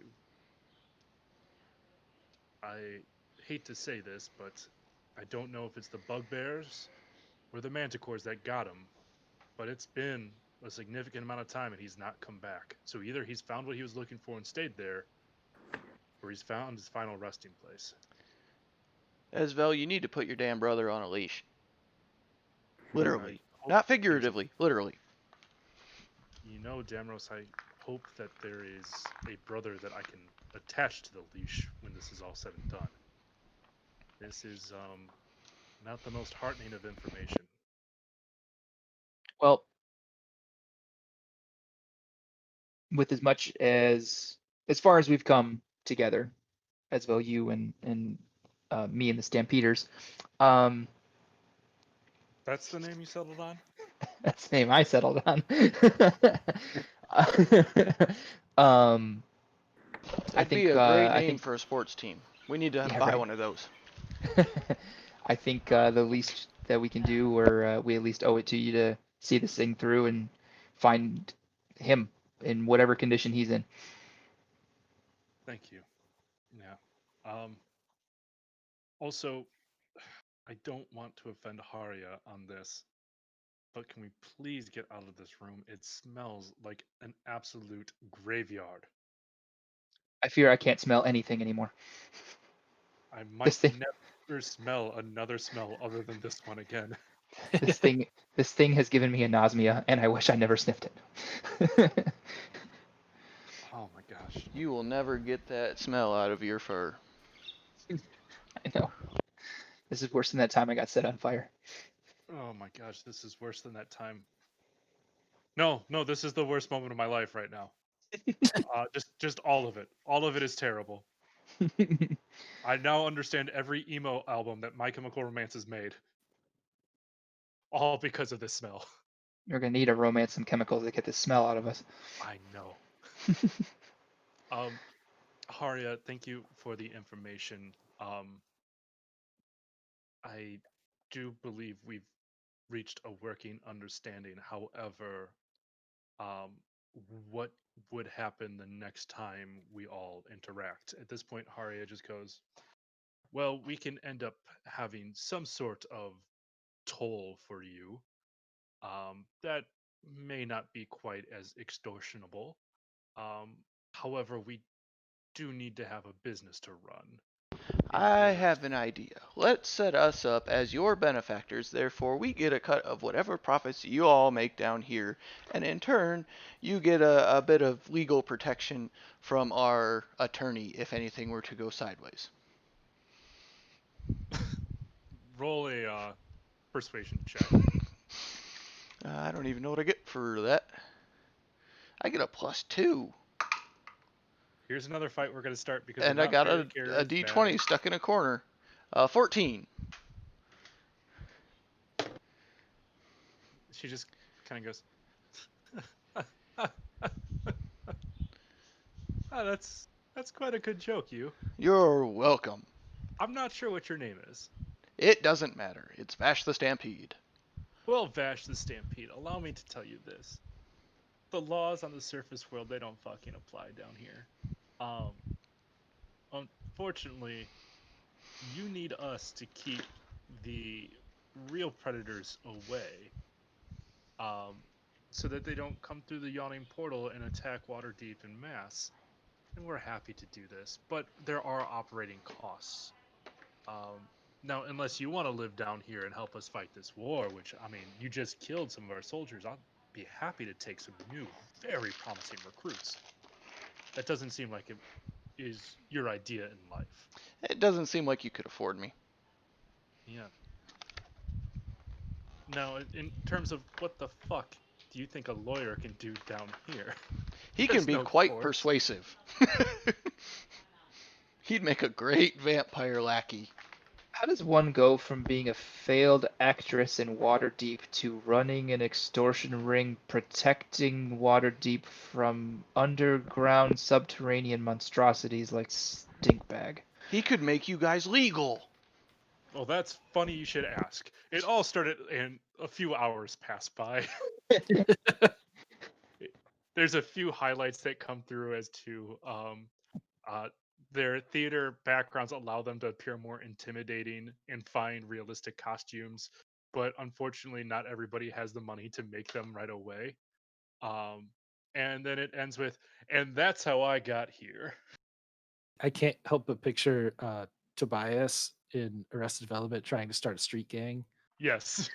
And that's Like how that's I kind met of the your arc mother. the story took. And that's how I met your mother. And a few years from now, there's going to be a Fantastic Four musical starring these individuals. Guess who's going to be the Thing? No. Carl Weathers? No, it's Stinkstack. What does Varm think about all of this?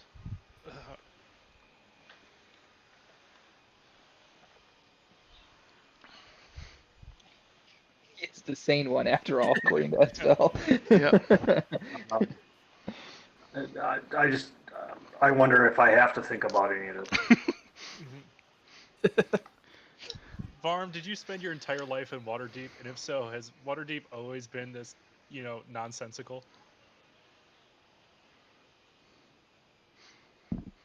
I don't think I care to answer your questions.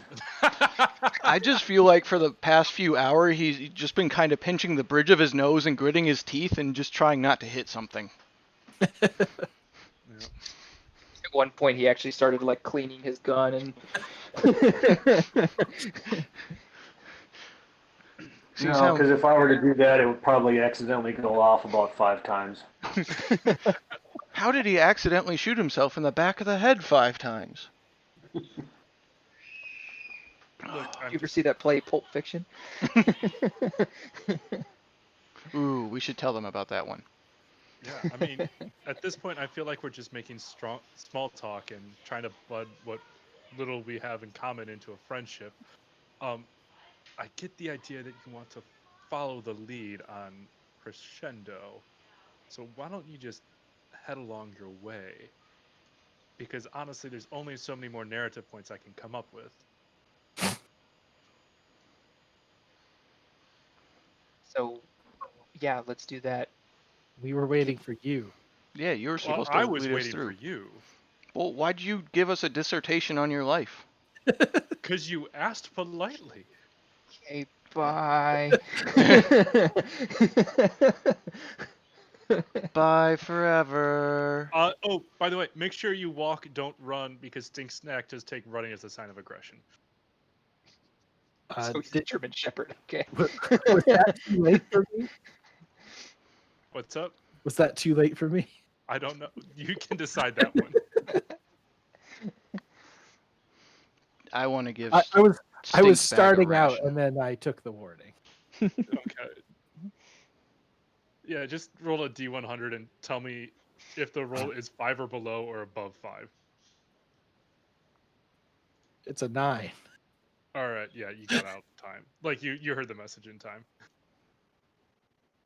But to tell you what you could have gone up against with this flesh golem, um, it does have an aversion to fire. However, it absorbs any lightning damage. It has saving throws against all spells and magical effects.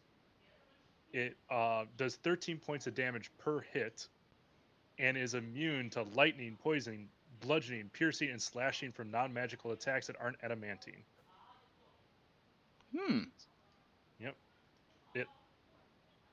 Yeah. So. We were in for Yeah. a rough time. Thank God you guys didn't decide to fight it. Otherwise, that was a promised TPK. At least my punches would have registered. This cursed sword might have hit something, maybe. Do we know anything about this cursed sword strapped to your hand? Not yet. It doesn't leave my hand. All right, that's something. Watch. Clang! Oh, yes, you grabbed that thing. Why are you still with us? You haven't left the room yet. We're still 5 feet away from each We other. got a bard talking. What do you expect? Look, as this happens, the sword is cursed. You just need to go to a cleric and get remove curse put on it, and then it'll be a regular sword. I fly this way. It was weird that you did that while we were walking away. Talks too fast. You told us not to go fast.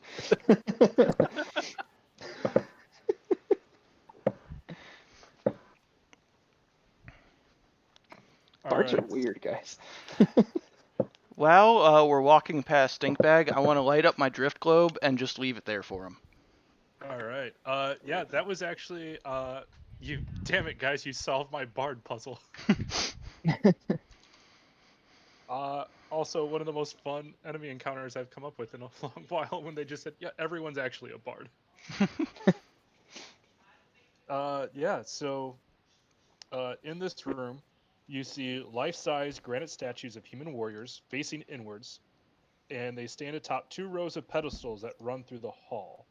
It has a ceiling covered in thick webs, and there are dead giant spiders lying on their like on the backs with their legs all curled up. It looks like they've taken damage from a number of ways, all of which consistent with bard spells. Hmm.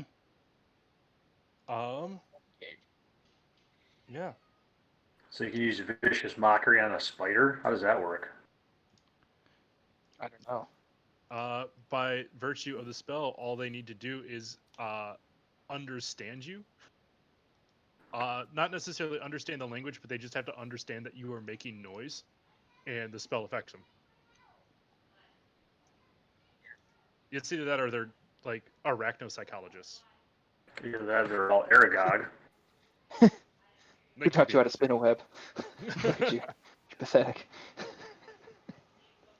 Yeah, but as you get through this hallway, you see that there are 2 rows of 19 for the statues. All of their faces have been chipped away until they're like and one basketball t-shirts, and all their nameplates have been removed or destroyed.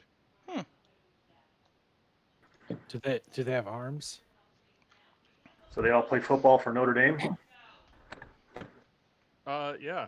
Yeah, they all play football for Notre Dame, who has a murderer of a head coach. Whoa. I mean, he told the kid to stay up in the scissor lift when there was like high winds, and all the schools around them were saying, "No, we don't need like high shot film for all this." Now, go. Also, that coach is the reason why I can't be a Notre Dame fan anymore and switch to Marquette. I'm sorry I brought it up. I have some pretty strong opinions. This on just took a dark turn. No, you really? That didn't come through. You should make a performance check because that wouldn't come through. guys, I know who the next big bad is. Notre Dame. Is his name Notre Dame? Yeah, level 20 is actually South Bend, Indiana. Tis I, Yeah. Notre Dame. It is I, touchdown Jesus. Now everyone roll. Yeah, there it is. Yeah. Touchdown, Jesus. Okay, I guess. Do we think that this room is expired of spiders, or do we think that there's probably still some lurking up in the ceiling? Roll a investigation What's that? check. How do you find clothes? I'm bad at everything. 15. Yeah, you don't see anything that looks like a live spider anywhere around. Sweet. Do I get the sense that if I threw a torch up into the ceiling, I may kill everyone in the room, including myself? Indiana I'm Jones gonna this give you that shit. one without a roll. Yes. Indiana Jones it. Just do it.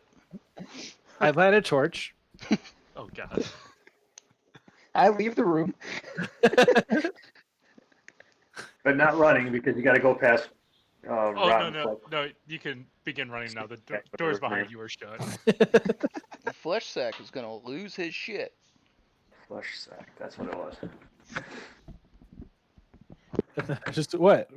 What's everybody all worked up about?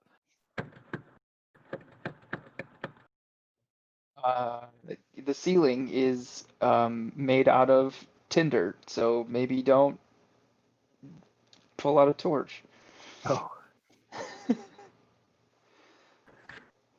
I snuffed it out, and I realized that my sword is emitting light. Mm-hmm. What? Yeah. The cursed This sword sword is also casts out dim light. this sword is wild. 10 feet of dim light. Yeah. Yep. That I can't turn it off. Nope. So it's Sting. It's like a sparkler. He's just drawing in the air with it nonsensically. I'm gonna walk away so that the orcs don't know exactly where I'm standing. Ash, Don't wait for me.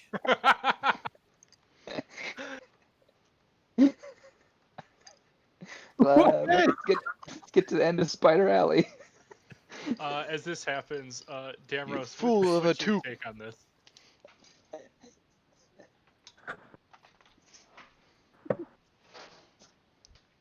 That went to that end. Okay. Yeah. All right.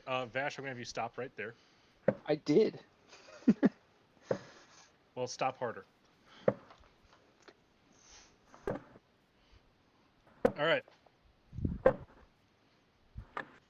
So as this happens, you see in this room 3 manticores. Didn't you take it off in the living room yesterday? So there was bugbears. I don't know.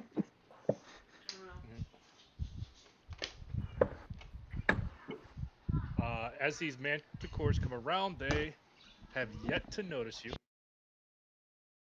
Do they look friendly? Are they smiling? Have you ever known a manticore to smile? I don't know if I've ever known a manticore.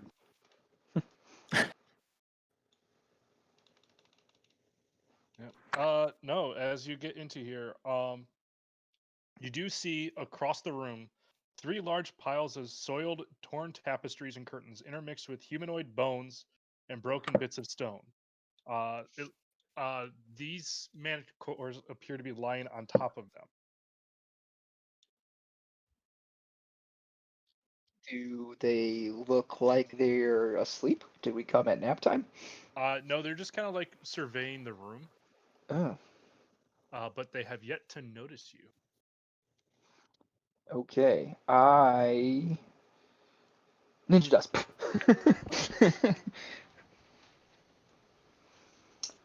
Oh boy.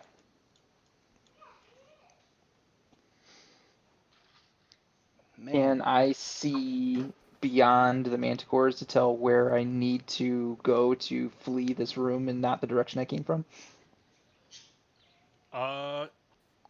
That would be turn around and run the fuck away. I don't see a way through the room, like to continue beyond them. I mean, these dark brown like doors exist, but they're quite heavy. Uh, yeah, but you see 4 separate doors. In terms of, can I get to this door, open it, run through, and close it before a manticore comes after me? The answer is quite easily, oh fuck no. What Okay. about if you're not seen? Are you asking me the DM this, or asking I'm the asking party? Bash the Stampede. I feel like it would be really hard to not get seen. And I don't have really anything good for like a distraction. I can distract. We'll go to the bathroom. If we throw one of the drift globes into the corner, will they chase it like a ball? I'm really good at running around and not getting hit by stuff. I do appreciate, Varm, that you suggested the, hey, what if they're cats and this is a laser pointer?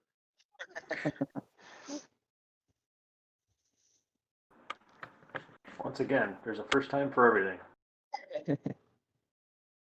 I mean, that's worth a shot. Do we think we can fight 3 manticores if it doesn't go well? No. Well, our choice is to go back to Flesh Bag, or because I don't even know if there was another way to go besides this way, was there? There was another way. The other hallway, right? This is specifically where she's telling you, Oh. or where Haria told you that Crescendo went. Is there a ceiling?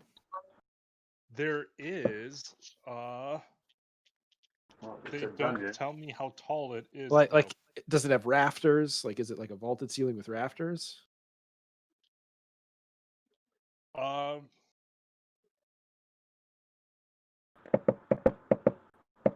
it's about 30 feet high in the middle of this room, so I would imagine that there are some sort of arches in the room. Yes.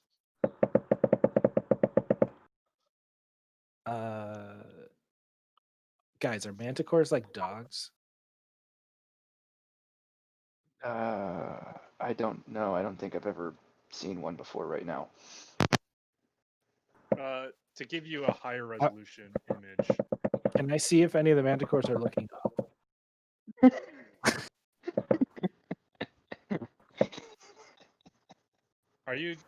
are we doing the bit from Shaun of the Dead on whether or not dogs can look up? Yes. Yeah, we're doing Shaun of the Dead right now. So it looks like the creature would have a scorpion tail, a like lion's body, and a man's head. Wings. That's just a different version of Oh. a manticore. So these do not have wings. No. Do we know anything about their intelligence? Do they? Roll a Arcana check on this? I'm so good at those. We need a wizard. Natural 20 for a total of 23. No, they're not exceptionally smart. They're smarter than most animals, but they're not like, they would have trouble with, basic cognitive skills. Mm. Well, I I'm gonna doubt we would take- be able to reason with them. I'm going to take out my grappling hook and Okay. gesture towards the rafters.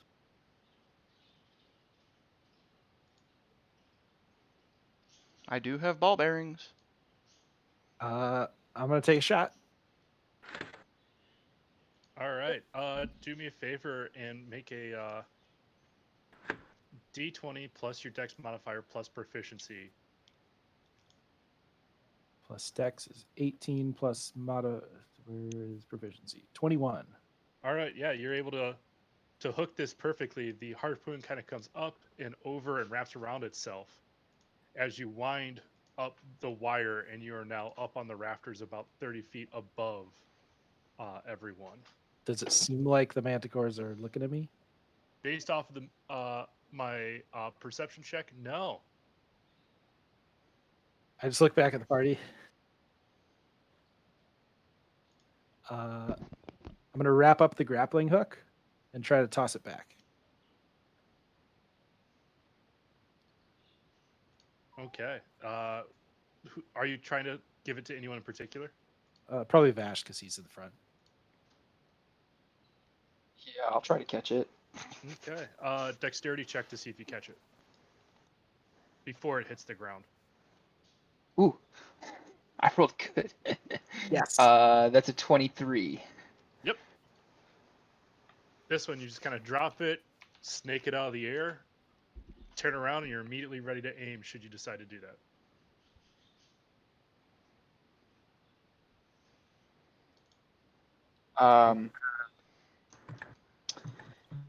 How about I hand it to Varm so he can go next? All right. Because I mean, obviously Damros, I know he can fly. Yeah, I'm just gonna stealthy fly.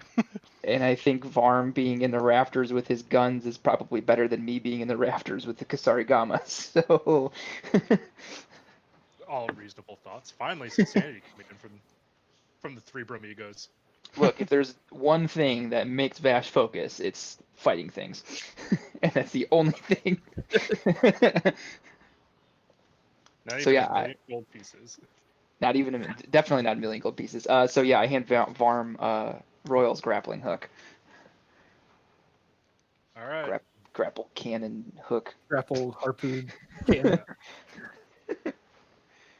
What would you like to do with the harpoon of many things, Varm? I would like to emulate He buckets Royal. it and walks away. He just leaves you right there. Yeah. So you're shooting up to try to join Royal up on the rafters. Do me a favor. D20 plus your Dex.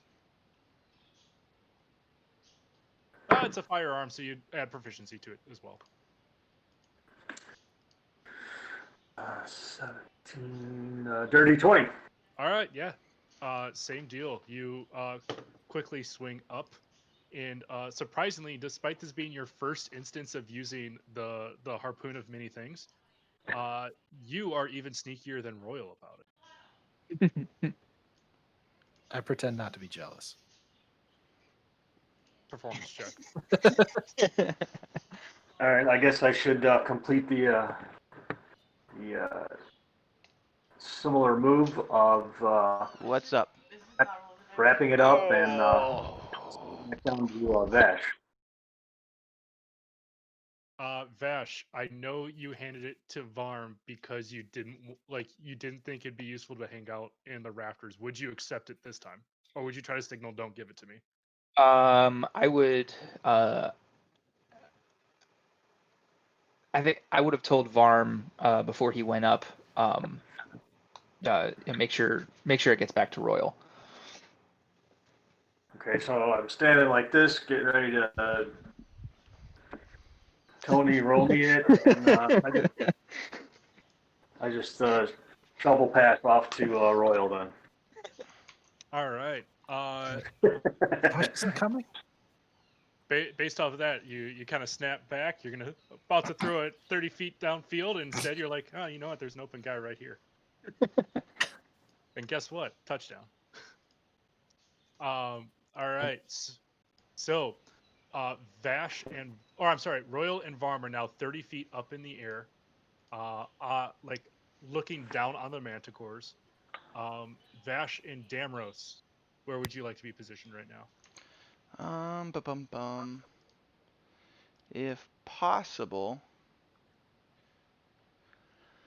And actually, let me get based off of where. Somewhere back there. Yeah. So based off of the narrative notes, here's where the manticores truly are. Well, that changes everything then. Yeah. I would like to try and make it to about there. Okay. Roll a stealth check with disadvantage, since you're using the rafters themselves to try to hide, so you have to get up there to begin to really sneak around. Okay. Let me Let me explain. use my inspiration to make it a straight roll. Aha. Okay. Oh, fuck me. That is a 16. Actually, no, that goes to passive perception. Yeah, you're able to get through. Woohoo! So I want to be right there. I'm going to try to sneak to.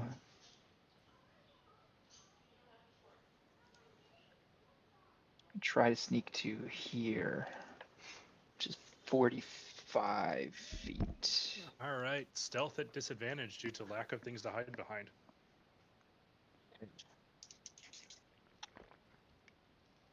17. 17 succeeds. Yes. I don't know how you'd hide from these manticores. Maybe you just took like an area rug and you line underneath it and just kind of like army crawling. I'm just I stood back and I observed their head patterns and when they turned, and I went in the blind spot. Don't lie, you just put a That's- spider on your back and crawled. Yes, these manticore bots and their very predictable behaviors. Although Varm, I did enjoy the "if I can't see you, you can't see me" that you did there. Well, that's a throwback. That's yeah. We'll tell that story if we need to, but Hey guys, I'm invisible, but only when you're not looking. All right, so just to get the idea is, are you guys looking to engage with these manticores? Preferably not. I have no idea what everybody else is doing. I thought my idea was crawl across the rafters. Hopefully extra sneaky. Are you getting down? I do have the Grappling pistol. hook. Actually, I have two pistols. I have a crossbow. I'm in a perfect sniping location now. I could do my best Marine Corps impersonation right now if you want. Are you Oh, gonna yeah, go you're Private chilling. Pile on us or American Sniper? Maybe Frederick Zoller. Let's go for Inglorious Bastards here. Okay. Yep. All right, so if that's the case, I'm going to have you guys roll initiative. We're going to take it, and then we're going to take a 5-minute break for potty break before we get back to the battle proper. God, Wait. why are so low on these things? Ugh. Wait, we're fighting? Varm I don't has know made the if decision. if we've actually made that decision. I don't know. Yeah, so that's what it But sounded we like. can do the initiative thing. Because I'm trying to sneak. Royal, with your idea, 1, how are you going to get down? 2, how are you going to Grappling open hook. the door without them noticing? And Grappling 3, hook. how are you able to shut the door with you on the opposite side without them getting to you first? We go one at a time. So I guess the person who goes first doesn't have to roll for the initiative. The other 3 do. What about a distraction? I'm all ears. We could once again throw a ball in the corner and see if they'll chase it. If Vash is that close to that one door, maybe when we get a chance, he can see if he can open it, and I can cover him as he's doing that. Okay. And if that works, then Royal and I can still traverse the beams above and then jump down or rappel down. Okay. That, yeah, Let's do that it. sounds good to me. Yep. By the way, Damros, what was your initiative? Total of 20. All right. I have a 23. Sweet deal. Just in case this all goes south. All right. So the distraction is throw a ball in the corner and see how they react. Who's going to be the one to like? I'm given that you guys all have walkie-talkie paper. You can write this out. I don't need to narrate how you're going to do that. Who's going to be the one to create the distraction? It would be me. All right. So tell me specifically what you do. Okay, so we're How about aiming. that 5-minute break before we spitball on this one? Yeah. Mm-hmm. Yeah, I What's could up? still use the break. Yep. Yeah. All right. Let's take 5. We'll be back at 17.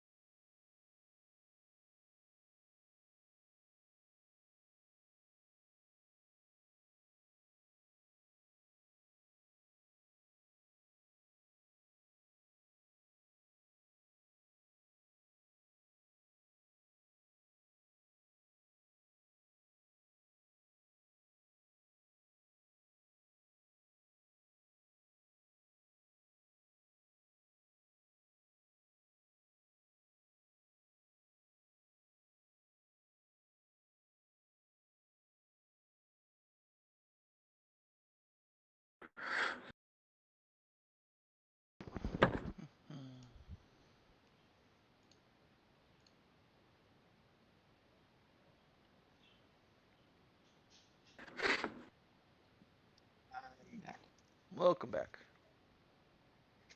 Scott's got his ukulele.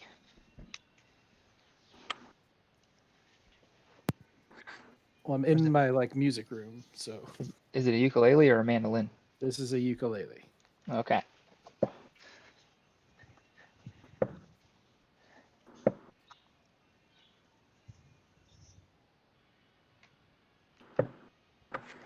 What are you uking? Just uking the uke. Killing the time productively. Are we still waiting on anyone? We weren't, and then now we Sorry, are.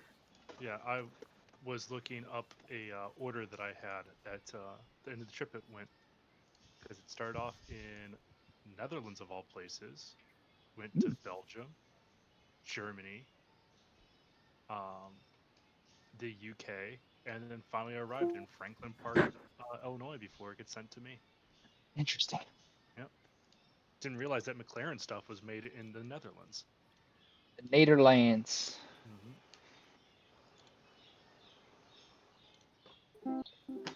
I was Well, expecting it to be from walking. this ought to be interesting, boys. Yeah. Let's see how you guys roll. I don't want to fight. Look, the worst that happens is it's the four of you guys against three manticores. Uh, So we uh, all kill everyone kills one, and then one of us survives. yep. And then you live to tell the story. Yeah. Three.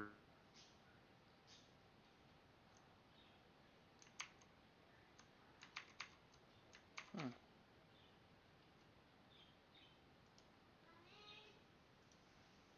Discord just shit on me.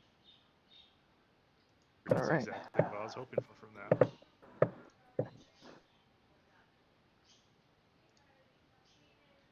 Goes on.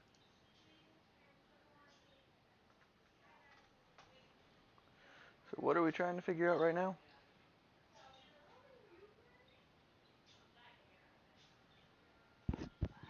Is This that a battle thing? as your lives Okay. go on. I didn't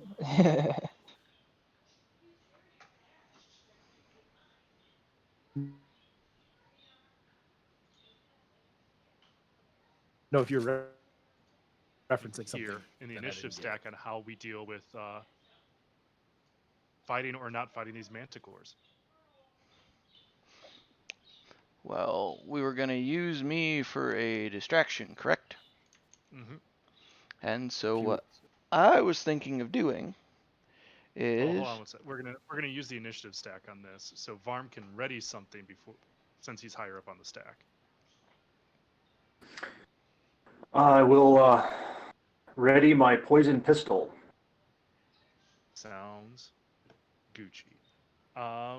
And then what's gonna be the stimulus to make you shoot? Well, as I mentioned earlier, I will be trying to cover Vash on his egress or continued trip to the door. So if anything heads towards him, I will make my shot at that.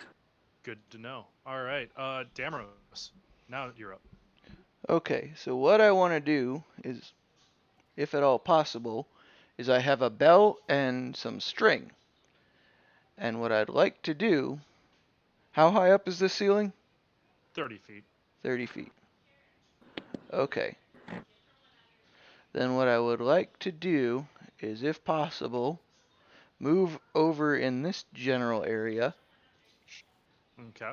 and then lower the bell with the string and then drop it so it starts ringing right there on the floor. So you are here, Yep. and what you're trying to do is just have a lower the bell down and then drop it. Yep, so that when it hits the floor, it starts ringing and it gets all the manticore's attention. Okay, so are you still like holding on to the other end of the rope and trying to just make it ring a lot, or is it just like drop and let it ring once? I'm gonna kind of split the difference on that. Is get it low enough where I don't think they'll hear it, rattle it a lot, and then cut bait and drop it. Okay, now I'm there with you. Okay, I'm gonna make intelligence checks for each of them, since they're clearly alerted by it, but it just comes down to what do they look at first. First one looks at the bell. Second one looks at the bell. Third one looks up at you. I'm okay with that. This is the one that looks up at you as it like gets up on it, like off its haunches onto all fours. It goes, "Hey, there's someone with us." Oh shit, they talk? Yeah. That was At, unexpected. at this point, Vash says something. He's like, "Hey, there's a guy right there." At this point, Royal, you realize that you're so close to getting the dupe on him. But they seem to have at least noticed Damros and Vash. What would you like to do?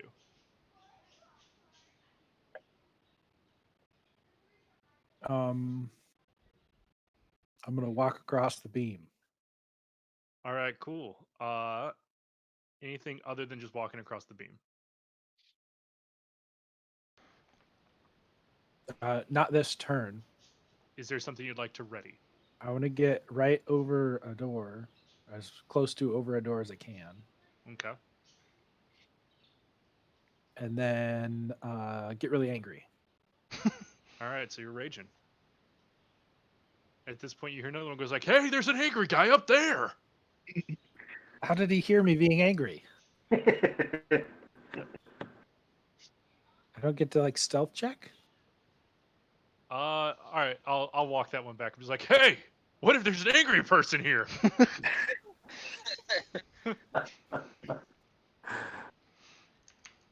At this point, it's the Manticore's turn.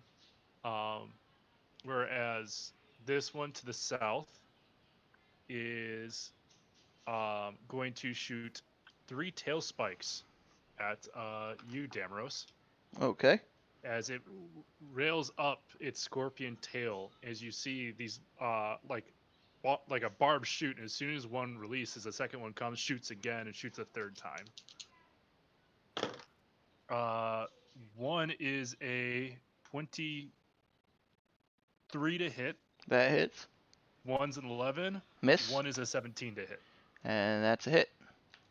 All right. All of them will do, or you get 14 points of piercing damage in total as 2 of them pierce, like through your legs.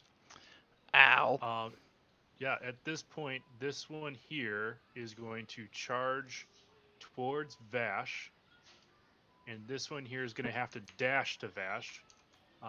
5, 10, 15, 20, 25. Actually, it doesn't have to. And they're both going to make bite and claw attacks on Vash. The first ones, I have a natural 20 on the bite, a 14 on a claw, Miss. and another 14 on the other claw. Miss. All right. So you end up taking um, 11 points of piercing damage as it nips, and you're able to get most of it out of the way. It just ends up part of the tooth just. And can I use my reaction and a key point to tipsy sway one of the claw attacks into the other manticore? Yes, you can. Okay, I would like to do that. Which will end up doing 6 damage to it. Okay, and to answer the question towards that is, as soon as they looked up at Damros, they scanned around the room, and since there's nothing for you to hide behind, you were immediately like visible. Yep. Um, at that point, the Manticores are done, and it is Vash's turn. Oh, I'm sorry. this does trigger Varm's pistol attacks because 2 moved towards Vash. Then it's Vash's turn. All right, so I will try to hit the one to his north. Okay.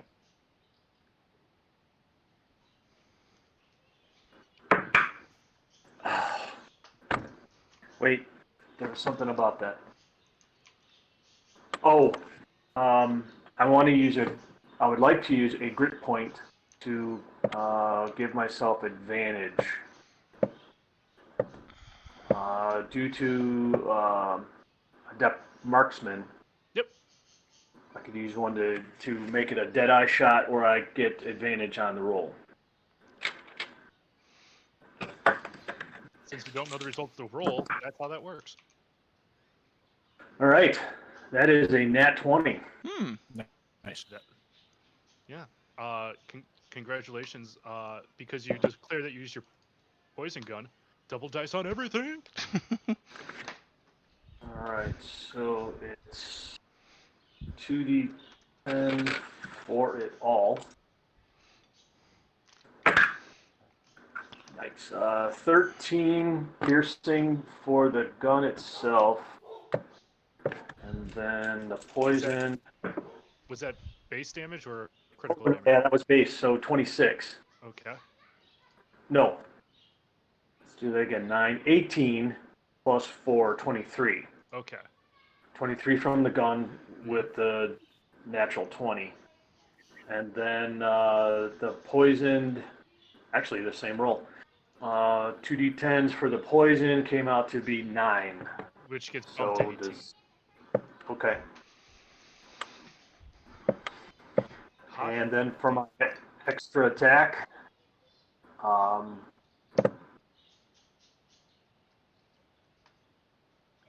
did the one that I just hit survive that? It did not like it at all. You totally expected this bullet to not do as much as it did, but when you get a bullet right down the nose, holy shit, things happen. But it's very, very much bloodied. Okay. For my second attack, I'd like to shoot at it again. Okay. Once again, using a grip point to make it a dead-eye shot, which gives me advantage. All right. No nat 20 this time, but I got a 26 to hit. 26 hits. Damn. Better, man. So that gives it 15 piercing damage from the bullet. All And right. that'll be my turn. At this point, between the 2 shots, you saw as the Manticore pops up, charges through, lunges at Vash, and as soon as that happens, 2 shots happen, and it immediately goes down into like a Manticore 3-point stance, and it is looking very, very much worse for the wear. Now we have Vash. Okay, I'm going to make a Kusarigama attack at the one to my north. Okay. That's going to be a 23 to hit, Hits. and that's going to be for 9 slashing damage. Okay. And then I'm going to use my extra attack to use my Kusarigama to try to restrain the Manticore to my south. All right. What was the mechanic on that again? So that part I'm kind of confused on, because like you sent me a webpage that had a different mechanic, and then you said you wanted to do a save. So it looks like the save DC is going to be 15. Okay. And according to the other text here, it would be athletics or acrobatics to contest. Sweet deal. All right. It doesn't And matter it gets for the Manticore because it's got the same bonus. okay. It has advantage since it's bigger than me. Okay. The higher of its rolls was a 10, which puts it at a 13. Okay, sick. So then I believe that it is restrained. Okay. And I would like to use my bonus action to spend another key point and do 2. I'm just gonna say like kicks as like unarmed strikes at it. Yep.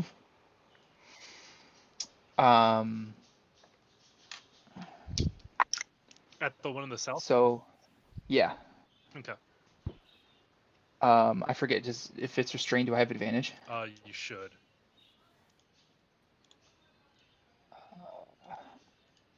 Okay, yeah, I do have advantage. Okay, so the first one is going to be a 22 to hit. Hits. That's going to be for 8 bludgeoning. Okay. And then the second one is going to be higher than that to hit, Okay. and that's for 10 bludgeoning.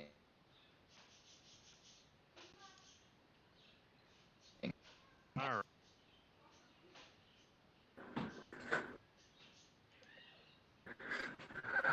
Alrighty. I'm so sorry that every time that like you have to take care of something, that's when we cut back to you. No, not a problem. Not a problem. I would like to expend my last grip point. You actually To got one of those back for the natural 20. oh, that's right. Yep. Awesome. Okay.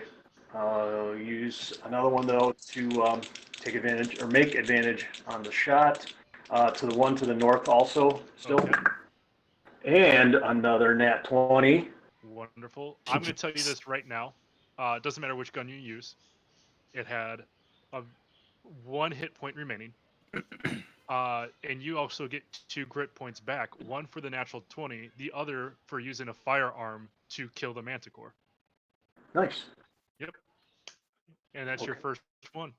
Uh, and then my extra attack, try to hit the one to the south. All right. This one already has advantage because it's restrained. Oh, sweet. Yep. Oh, that is nowhere near a 20. Would a 15 hit it? A 15 just barely hits. Nice. Ooh, that could have been better. 13 piercing. All right. And that'll end my turn. Sounds great. Damros. Alrighty, I do not want to get in close with this guy, so I would like to what is that? Bonus action hide. See if I can disappear from him. All right, since you're up in the rafters, you can do this. Roll stealth. 26. Okay, you believe you've done a good job hiding. And then I would like to, let me make sure I have it set up. Yep. Short bow, shoot him in the face. Okay. With advantage since you're hidden. All right. There's one. 23. 23 would hit. All right. And Roll them sneaky boys. come back, die. There it is.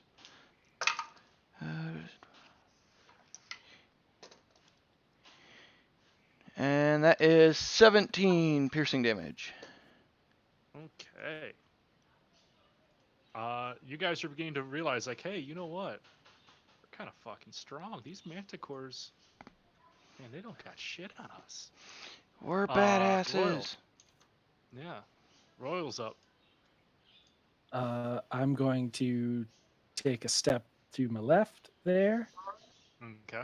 take out my cursed longsword, and jump down. Well, takeout is kind of an interesting take on this because you never really proved it. I had it wrapped in something, probably.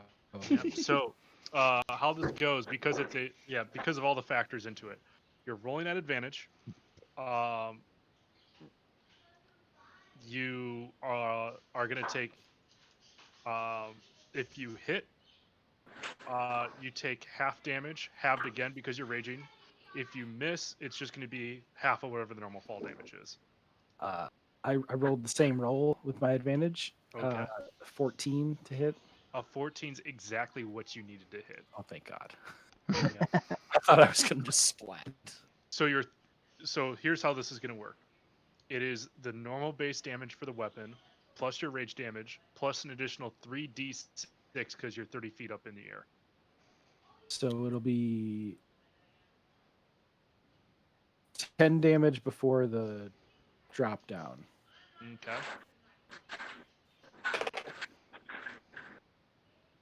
8 plus 6 is 14, so 14 from the 3d6. All right. And you take 7. Well, you're like you made the check, so that would be reduced to 7, but you're raging, so it's reduced to 3. Nice. Yep. As this manticore is starting to like lose, it's noticing it's beginning to lose the fight. It's the manticore's turn right now, and is going to make 3 attacks at Vash once again because it's the one restraining him with the Kasari Gamma. The bite attack is a 7. The first claw is a natural 1, and the second claw is an 11, all of which miss horrendously. As the way that Royal kind of stabbed it is it's now got manticore blood all in its vision. Now it's just swinging wildly and missing. Were those? I mean, obviously they all missed. Were those with disadvantage because of the restraint? Yes. Cool. Then we have this one to the south, which Damrose has revealed himself by making the shot at it. So it's going to make 3 tail spike attacks again. And I'm just waiting for Mike to get back so I can tell him the numbers. One's going to hit for sure. AC is 14. All right, so the first one is going to be a 15, and that will end up being 7 piercing damage. Okay. The second one misses. The third one is a natural 20, and that will be 11 piercing damage as 3 more tail spikes get sent at you. Could I uncanny dodge? You could uncanny dodge, sending the 11 down to 6 damage. So that means I only take 13 damage. Mm-hmm. Okay. I don't know why I thought you were saying it's like uncanny dodge and instead invasion. It's like you don't have that ability yet. It's like nope, I'm dumb. Now with the manticores done, it becomes Vash's turn. Okay, I would like to make a Kusarigama attack against the one that I have restrained. Okay.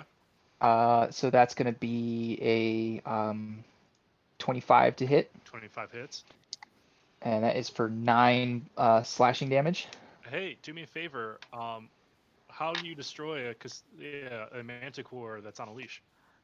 Basically, I like wrap the chain around my arm and rip it back so that it like pulls the sickle that was restraining it like through, and it winds up, doing some considerable damage. And then I'm going to see 5, 10, 15, 20, 25, 35, 40, 45. I'm going to use my because that's not quite close enough. I'm going to use my feline agility racial trait. I'm going to go ahead and move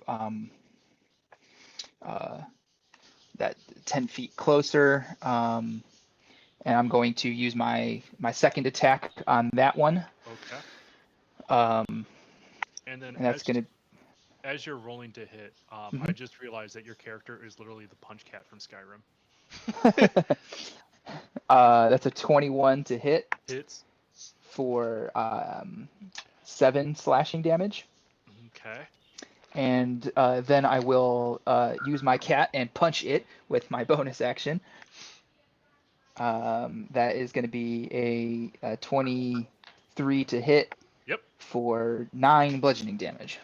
All right. With that being done, Varm still up in the rafters. Shots left in his pistol. Manticores to your left, but they're dead. Manticore to your right, but it's alive. All right.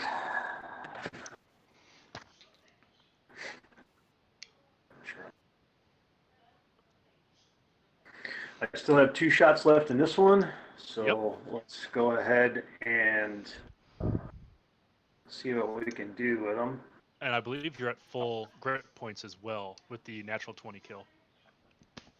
Yes, Mhm. yes, you're right. So once again, using another remarkably reusable grit points. That gives me a dirty 20 to hit. Hits.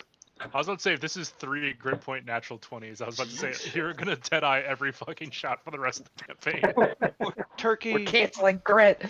Nope, I'm that's it. not canceling grit. No, this is true No, grit. Like, grit Arm is is now Jeff phenomenal. Bridges. Yeah. He's canceling the Alright, campaign. and that unfortunately only does 5 piercing damage. Hey, it's 5 that wasn't done before. And then extra attack, same thing. Grit point expended. Ooh, 4s on both of them, which gives me only an 11 to hit. That is the first miss against these manticores in the entire battle. Yes. At this point, like you come through is you fire your first shot and you kind of like wing it right in the shoulder, and you're like, all right, cool, I've got this down. But it kind of just like recoiled from the first shot in a weird way, and you didn't go quite the way you predicted. As you put the last shot out, this one just harmlessly like screams into the wall, just because like you had a bad read on its reaction. Um, However, your gun is now empty. Yes, it is. Yep. And And that'll end my turn. all right, that brings us to Oh, Damros. Manticore. Alrighty. Then I will bonus action hide first. You don't necessarily need to because he's engaged with Vash. Oh, true. Then I will not bonus action hide. And I will take a shot at him All right. with the advantages because he is engaged. That comes to a math number 25. Hits. And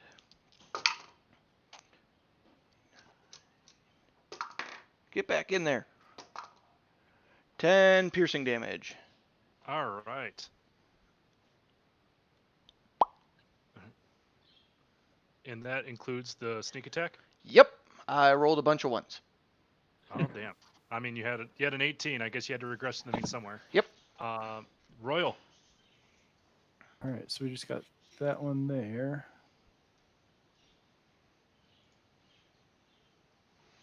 That is.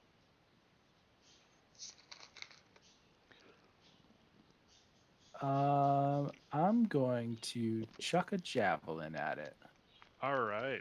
after I move a little closer. I totally forgot you had ranged weapons. 10, 15, 20. I'll go about there. Sounds great. I didn't realize he had javelins either. I just saw he threw people at people.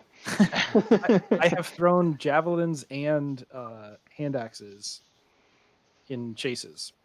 I remember the hand axe now that you mention it. That is a 13 to hit. A 13 unfortunately misses.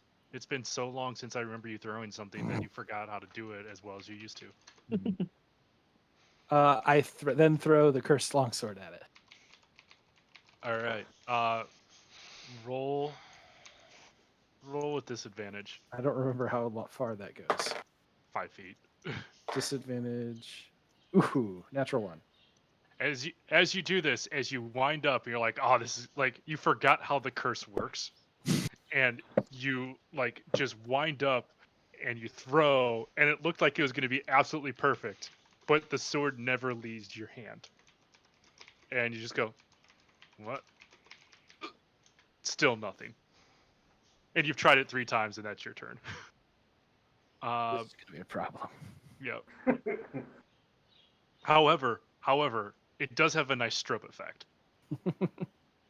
At this point, it is now the Manticore's turn.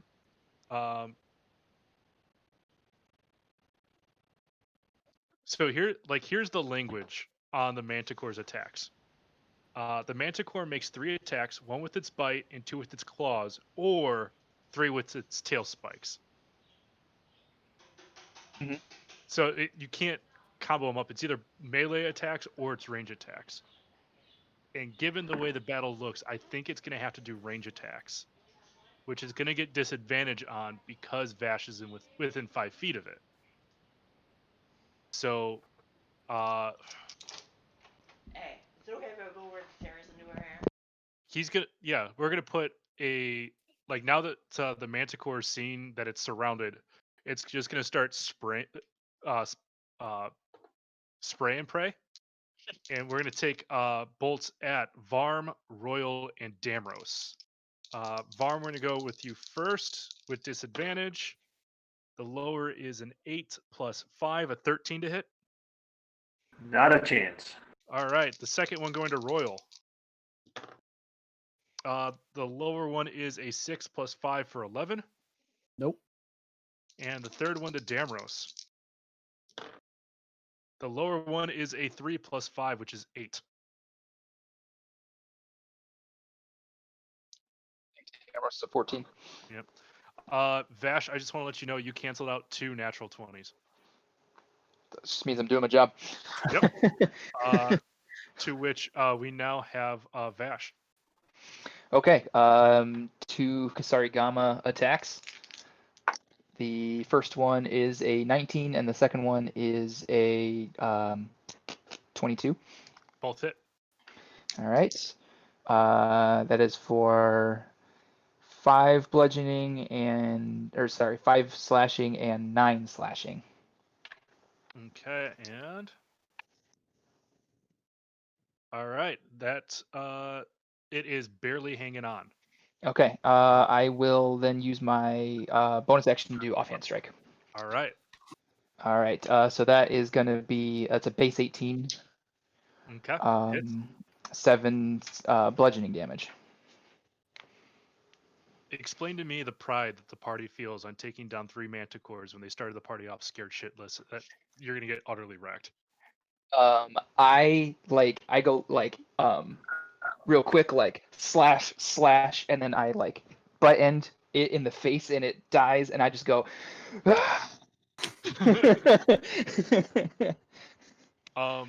For those of you interested in the stats behind the screen, a manticore is only a challenge rating 3 by itself. It because it is so low armored, doesn't move incredibly fast, and has a hard choice as to which attacks it could do in a chain. Really lowers its ability to do a true damage output. But you guys, as a group of 4 at level 6, have a challenge rating of 24, and this was a challenge rating 9 battle. Gotcha. Yeah, the bards were technically a harder CR than this. Yeah, I also thought that was going to be easier than it was. Yeah. I was like, they're probably going to be bandits or something. They were like bardents. Yeah. They weren't your typical rough and tumble extorting people for money bandits. But yeah. They were, I'm going to viciously mock your shortcomings bandits. I mean, now that we're getting into the tier play where I can have low level spellcasts against you, we're in for a new world, boys and girls. Well, No, it's been a very interesting. I was really happy in this fight that I was able to contribute as much as I was to. I got to do all the things that I wanted to do. yeah. I need a nap. You took Yeah. 5 of those tail spikes. Yep. Also, the fun part here is each manticore has 24 tail spikes and reloads them all on a long rest. I want to go over to that one, and Mhm. just while they're doing whatever they're doing, I'm just staring at its face. What is it? The head of a man, you said?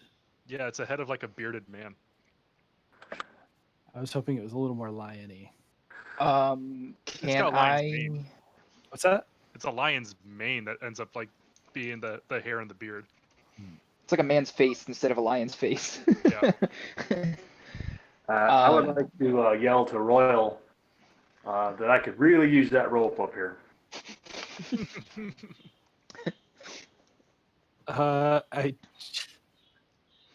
I'll walk over there and I'll just shoot the grappling hook around there so that he can just drop down it. All right. That happens without incident. I would like to help Esvel search these piles for signs of Crescendo. Do me a favor. Make 3 investigation checks, one for every one. Make poop checks. All right. What I forget. I keep forgetting if I have an. I do not have a bonus. So, 13, 11, and 10. All right. As you look through, you're seeing like a lot of remains, a lot of what looks like adventurers who got in way over their head. It takes you the better part of like an hour and a half as you're going through the second pile, but you eventually see a notebook with the same crest that Esvel has on her collar of her outer coat. Um, you're kind of worried about this, so you dig in deeper and you find the dagger. And then you find what looks to be half gnawed remains. That's maybe about 3 weeks old. I do hope you remember to wash your hands before you eat. I don't think I'll be eating anything after smelling stink sack. Oh, come on. Cadaverine doesn't get your juices flowing? You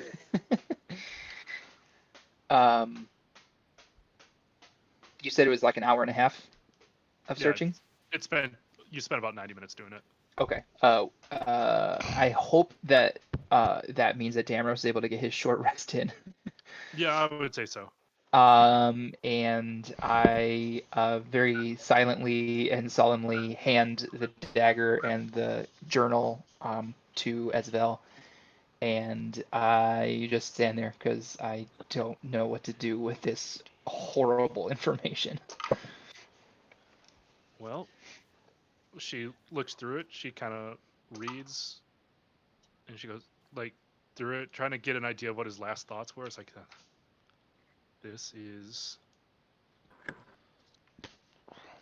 worse than I could have expected.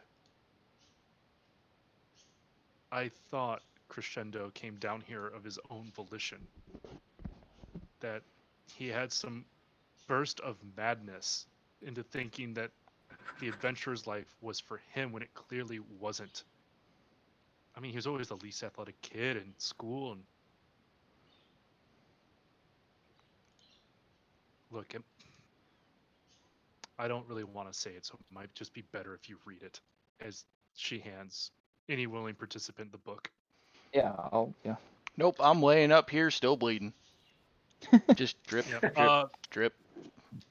In broad strokes, as you read through this, is Crescendo was, you're like a individual who was very, very angry about his family being ousted from nobility, and put a lot of blame onto his father and grandfather for not necessarily making shady deals, but being stupid enough to make them perceivable. Um, when uh, Neverwinter got ousted as the Open Lord of Waterdeep, uh, these two were also brought up. Like those two individuals, his ancestors, um, were caught in his wake and got exiled from the city as well. And the rest of the Rosnar family lost their ranks of nobility. Um, there's a sense of like there's a rift between Esvel and Crescendo. Um, he doesn't really specifically mention what it was, but he does have some remorse as to how he left things. And at that point, the writing takes a different set of characteristics. It's no longer written like a narrative, it's written like instructions. it ends up coming down to like things like my family thought they knew true power. How little did they know? There is only power in how sharp you can make your mind. You must take information in the same way that you take in a meal. You must consume it and allow it to make you stronger. It's getting more and more radical like this until he eventually writes down, I must get to the Underdeep. I must find them. I must join. I must consume. At this point, Esvel collects herself and says, he was taken over. I don't know if it was Xanathar's guild. I don't know if it was the Illithid, but something did this to them. And if they can reach the surface world, there is something down here that poses a great threat to Waterdeep. Yep. Good old Squidward. Minecraft villagers?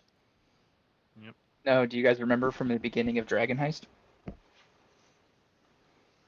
Let me check my notes. We fought a Squidward, and he got away. This was after. This was after we found out that turds are funny. Thank you, Vorm. Yes, Squidward got away. So you wrote?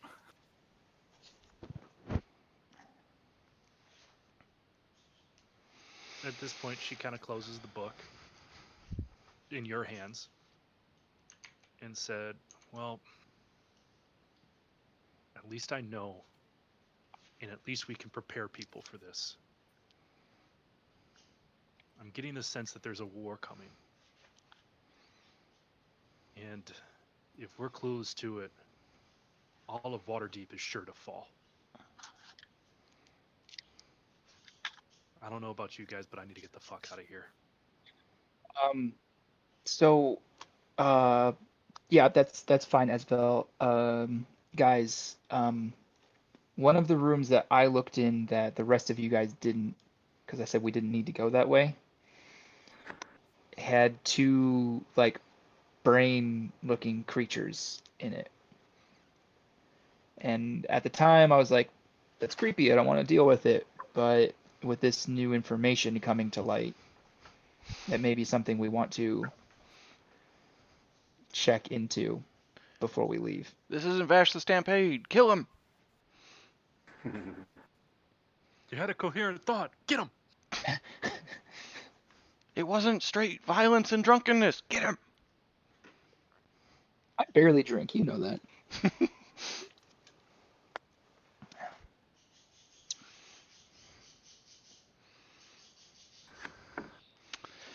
Well, we could go poke the brains, or we could continue to rummage through these piles, or see where this place ends.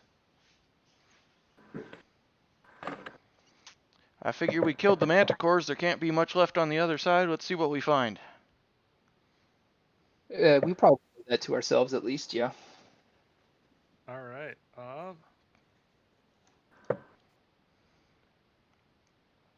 Let me get. So you guys want to go farther east? Mm-hmm. Ah! Just systematically work our way through what's remaining. I had Yeah, thought, but whatever. looks... What's up? I had thought south, but it doesn't really matter. I mean, there's only a few chambers left in this direction anyway, whether it be east or south. So I think we Do both. probably check all of them if we wanted to. What you need to know about south is that there's a giant desiccated basilisk. It is dead. It looked like it, based off the weapons left in it, it was killed by previous adventurers. If you want to spend some time investigating it, you know that the wounds are consistent with weapons attacks and destructive spells, making you believe that the Undertakers were responsible.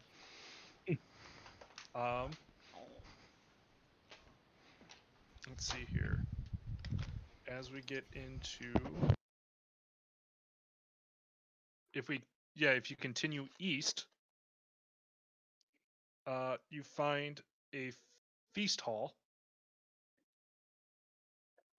However, everyone in the feast hall has been dead for a long time. The room reeks.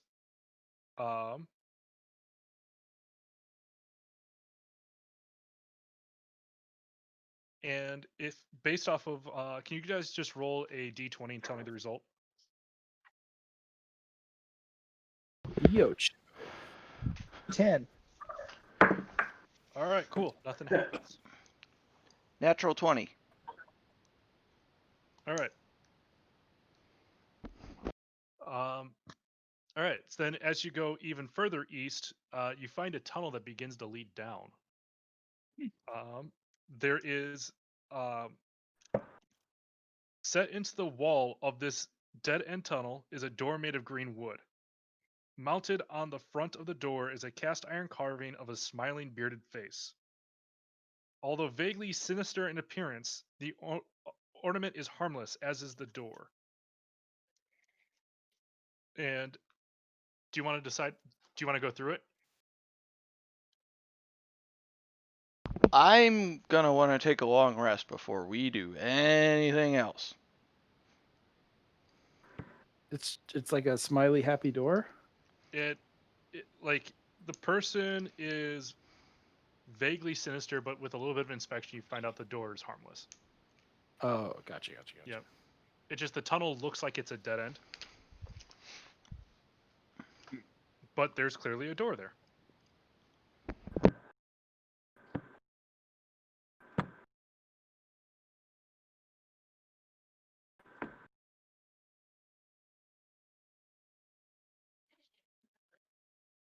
All right, up or down? Who's going through the door? I mean, I would like to, but it sounds like Damros won't come along. All right, well then you're going by yourself then, and you find yourself at the entrance. You've been teleported over here. Do I? Is there like a way back? Like, is there a door that I came through? Nope, you just kind of walked through and Just appeared in the middle of the entrance. just appeared. Like you go, it's like, how did I get here? But that's the power of magic doors. I look at the sword. The remaining three of you, you're now down royal. Son of a bitch. Well, I'm not just gonna let him walk off on his own. At least not too far. Yep. So I'll follow him. He's got one All right. quarter stake in the business. We gotta go figure out what happened to him. All of you get teleported right back into the entrance.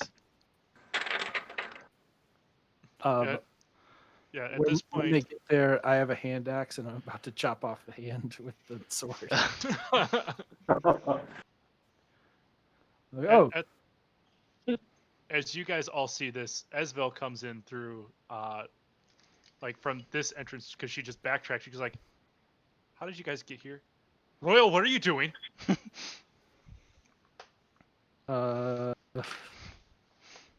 This has to end. I promise you, there's a better way to deal with this. Just imagine an animal when you catch it doing something it knows it's not supposed to. Just on the way home, we're gonna go by a chapel, and we're gonna pay the person who works there some money, and they're going to unglue the sword from your hand. I don't see how that would work. I need you to trust me on this. Have we gone through enough together for you to give me even the most minuscule amount of trust? Do you want the sword? I'm okay without it, but I get the idea you don't want the sword. Just want to be able to put it down. I think I can help you with that. Well, I think I can find someone to help you with that.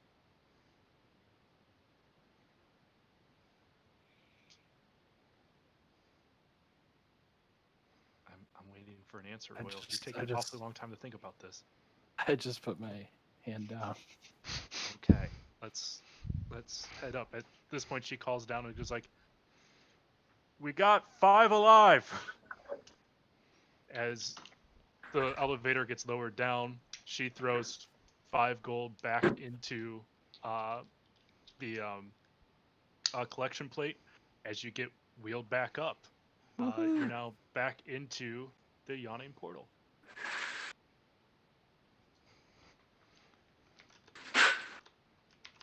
And as promised, as she as you guys head back to Troll Skull Manor, she stops by um, a chapel to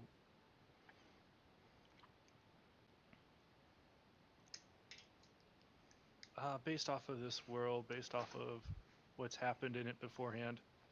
Um, who did Hagrid worship again in when he was Pally Hagrid?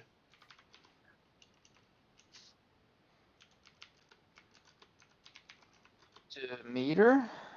There we go. Yeah, chapel to Demeter. As Vel kind of like brings you in, Royal, and goes, "Hey, excuse me, Barry, can you help me out for a second?" At this point, this chaplain comes out with a quarterstaff in hand and goes like, "Yes, it's like my friend here grabbed something that he's regretted, and would like to be able to grab literally anything else with that hand again." Barry comes through and is like, "Oh, let's see here. Oh, you got a sticky sword trap coming in, don't you?" Very funny. The interesting part about this is the light that it emits. That's actually, I guess that's how they kind of drew you in. Bright, shiny things. And let me see what I can do about this.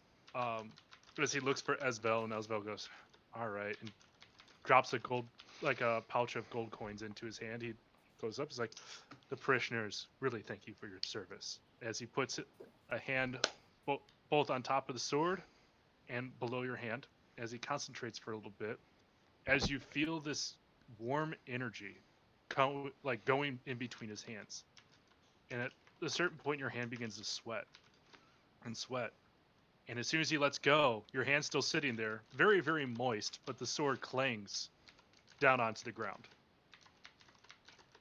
The curse has been removed. It is now just a regular sword. Well, it's a +1 longsword now. I was about to say I pick it up to put it away, but then you said the curse is removed from the sword, so I thought I was going to get stuck again.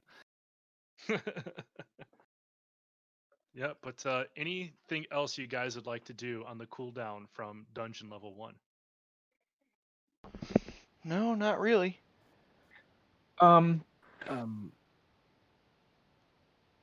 Mr. Magic, Dr. Man, Barry. can you do anything about this? What's wrong with it, my child? I just want it to be this.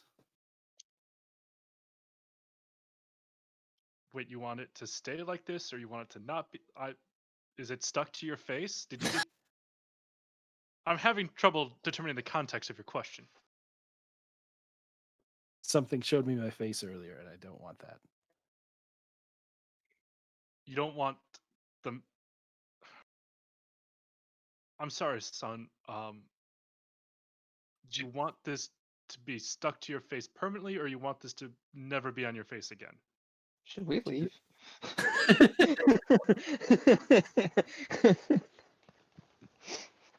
I'm sorry. I don't mean to offend. I'm just trying to understand the scope of your query.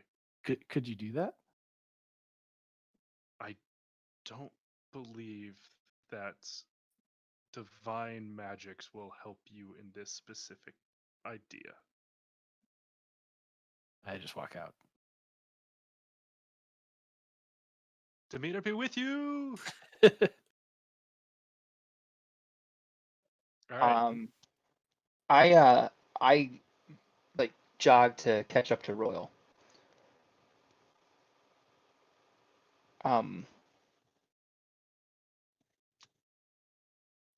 What? Why is it bad that you saw your face? We've never really talked about this whole mask thing. I just kind of let it go. I don't know what you're talking about. What did you see in that mirror?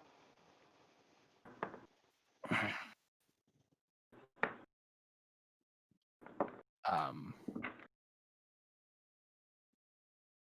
it was without the mask,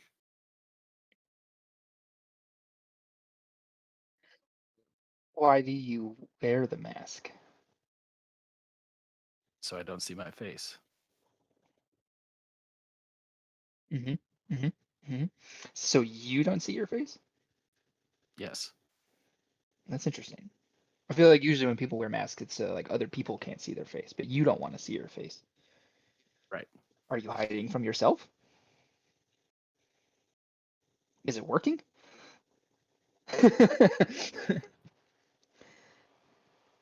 I haven't had to think about it in a long time, so it must be working. What happened? Like I'm like stepping out. I don't think we know that you like don't remember things, right? Like I don't think that's ever been brought up. Probably not really. I think you just assume I'm some like crazy vigilante. That's all I have. Right. Yeah. But it's becoming apparent that it's not all you are. um, maybe not right now, but maybe we should, you know, drink up, slug it out, and have a conversation about this at some point. I feel like there's a lot going on here. Think the cops need me. I run off. I don't follow him. All right. Well, guys, that will bring our session to a close unless there's any housekeeping that you guys would like us to handle. Um, and we'll have a new story arc starting the next episode. I got nothing right now. If I come up with any shopping ideas, I'll let you know. Sweet deal. As always, we can shop during the week. I would much rather save our sessions for story time as opposed to shopping time. Yeah, Okay. yeah, for sure. Makes sense. And ladies and gentlemen, that is Travis William's home for Oh Dear God, I Hate Shopping episodes. We found the cure. Mm-hmm. Alrighty. Oh, and always before Mike hits the close string button, Sig Semper, Lincoln Logs.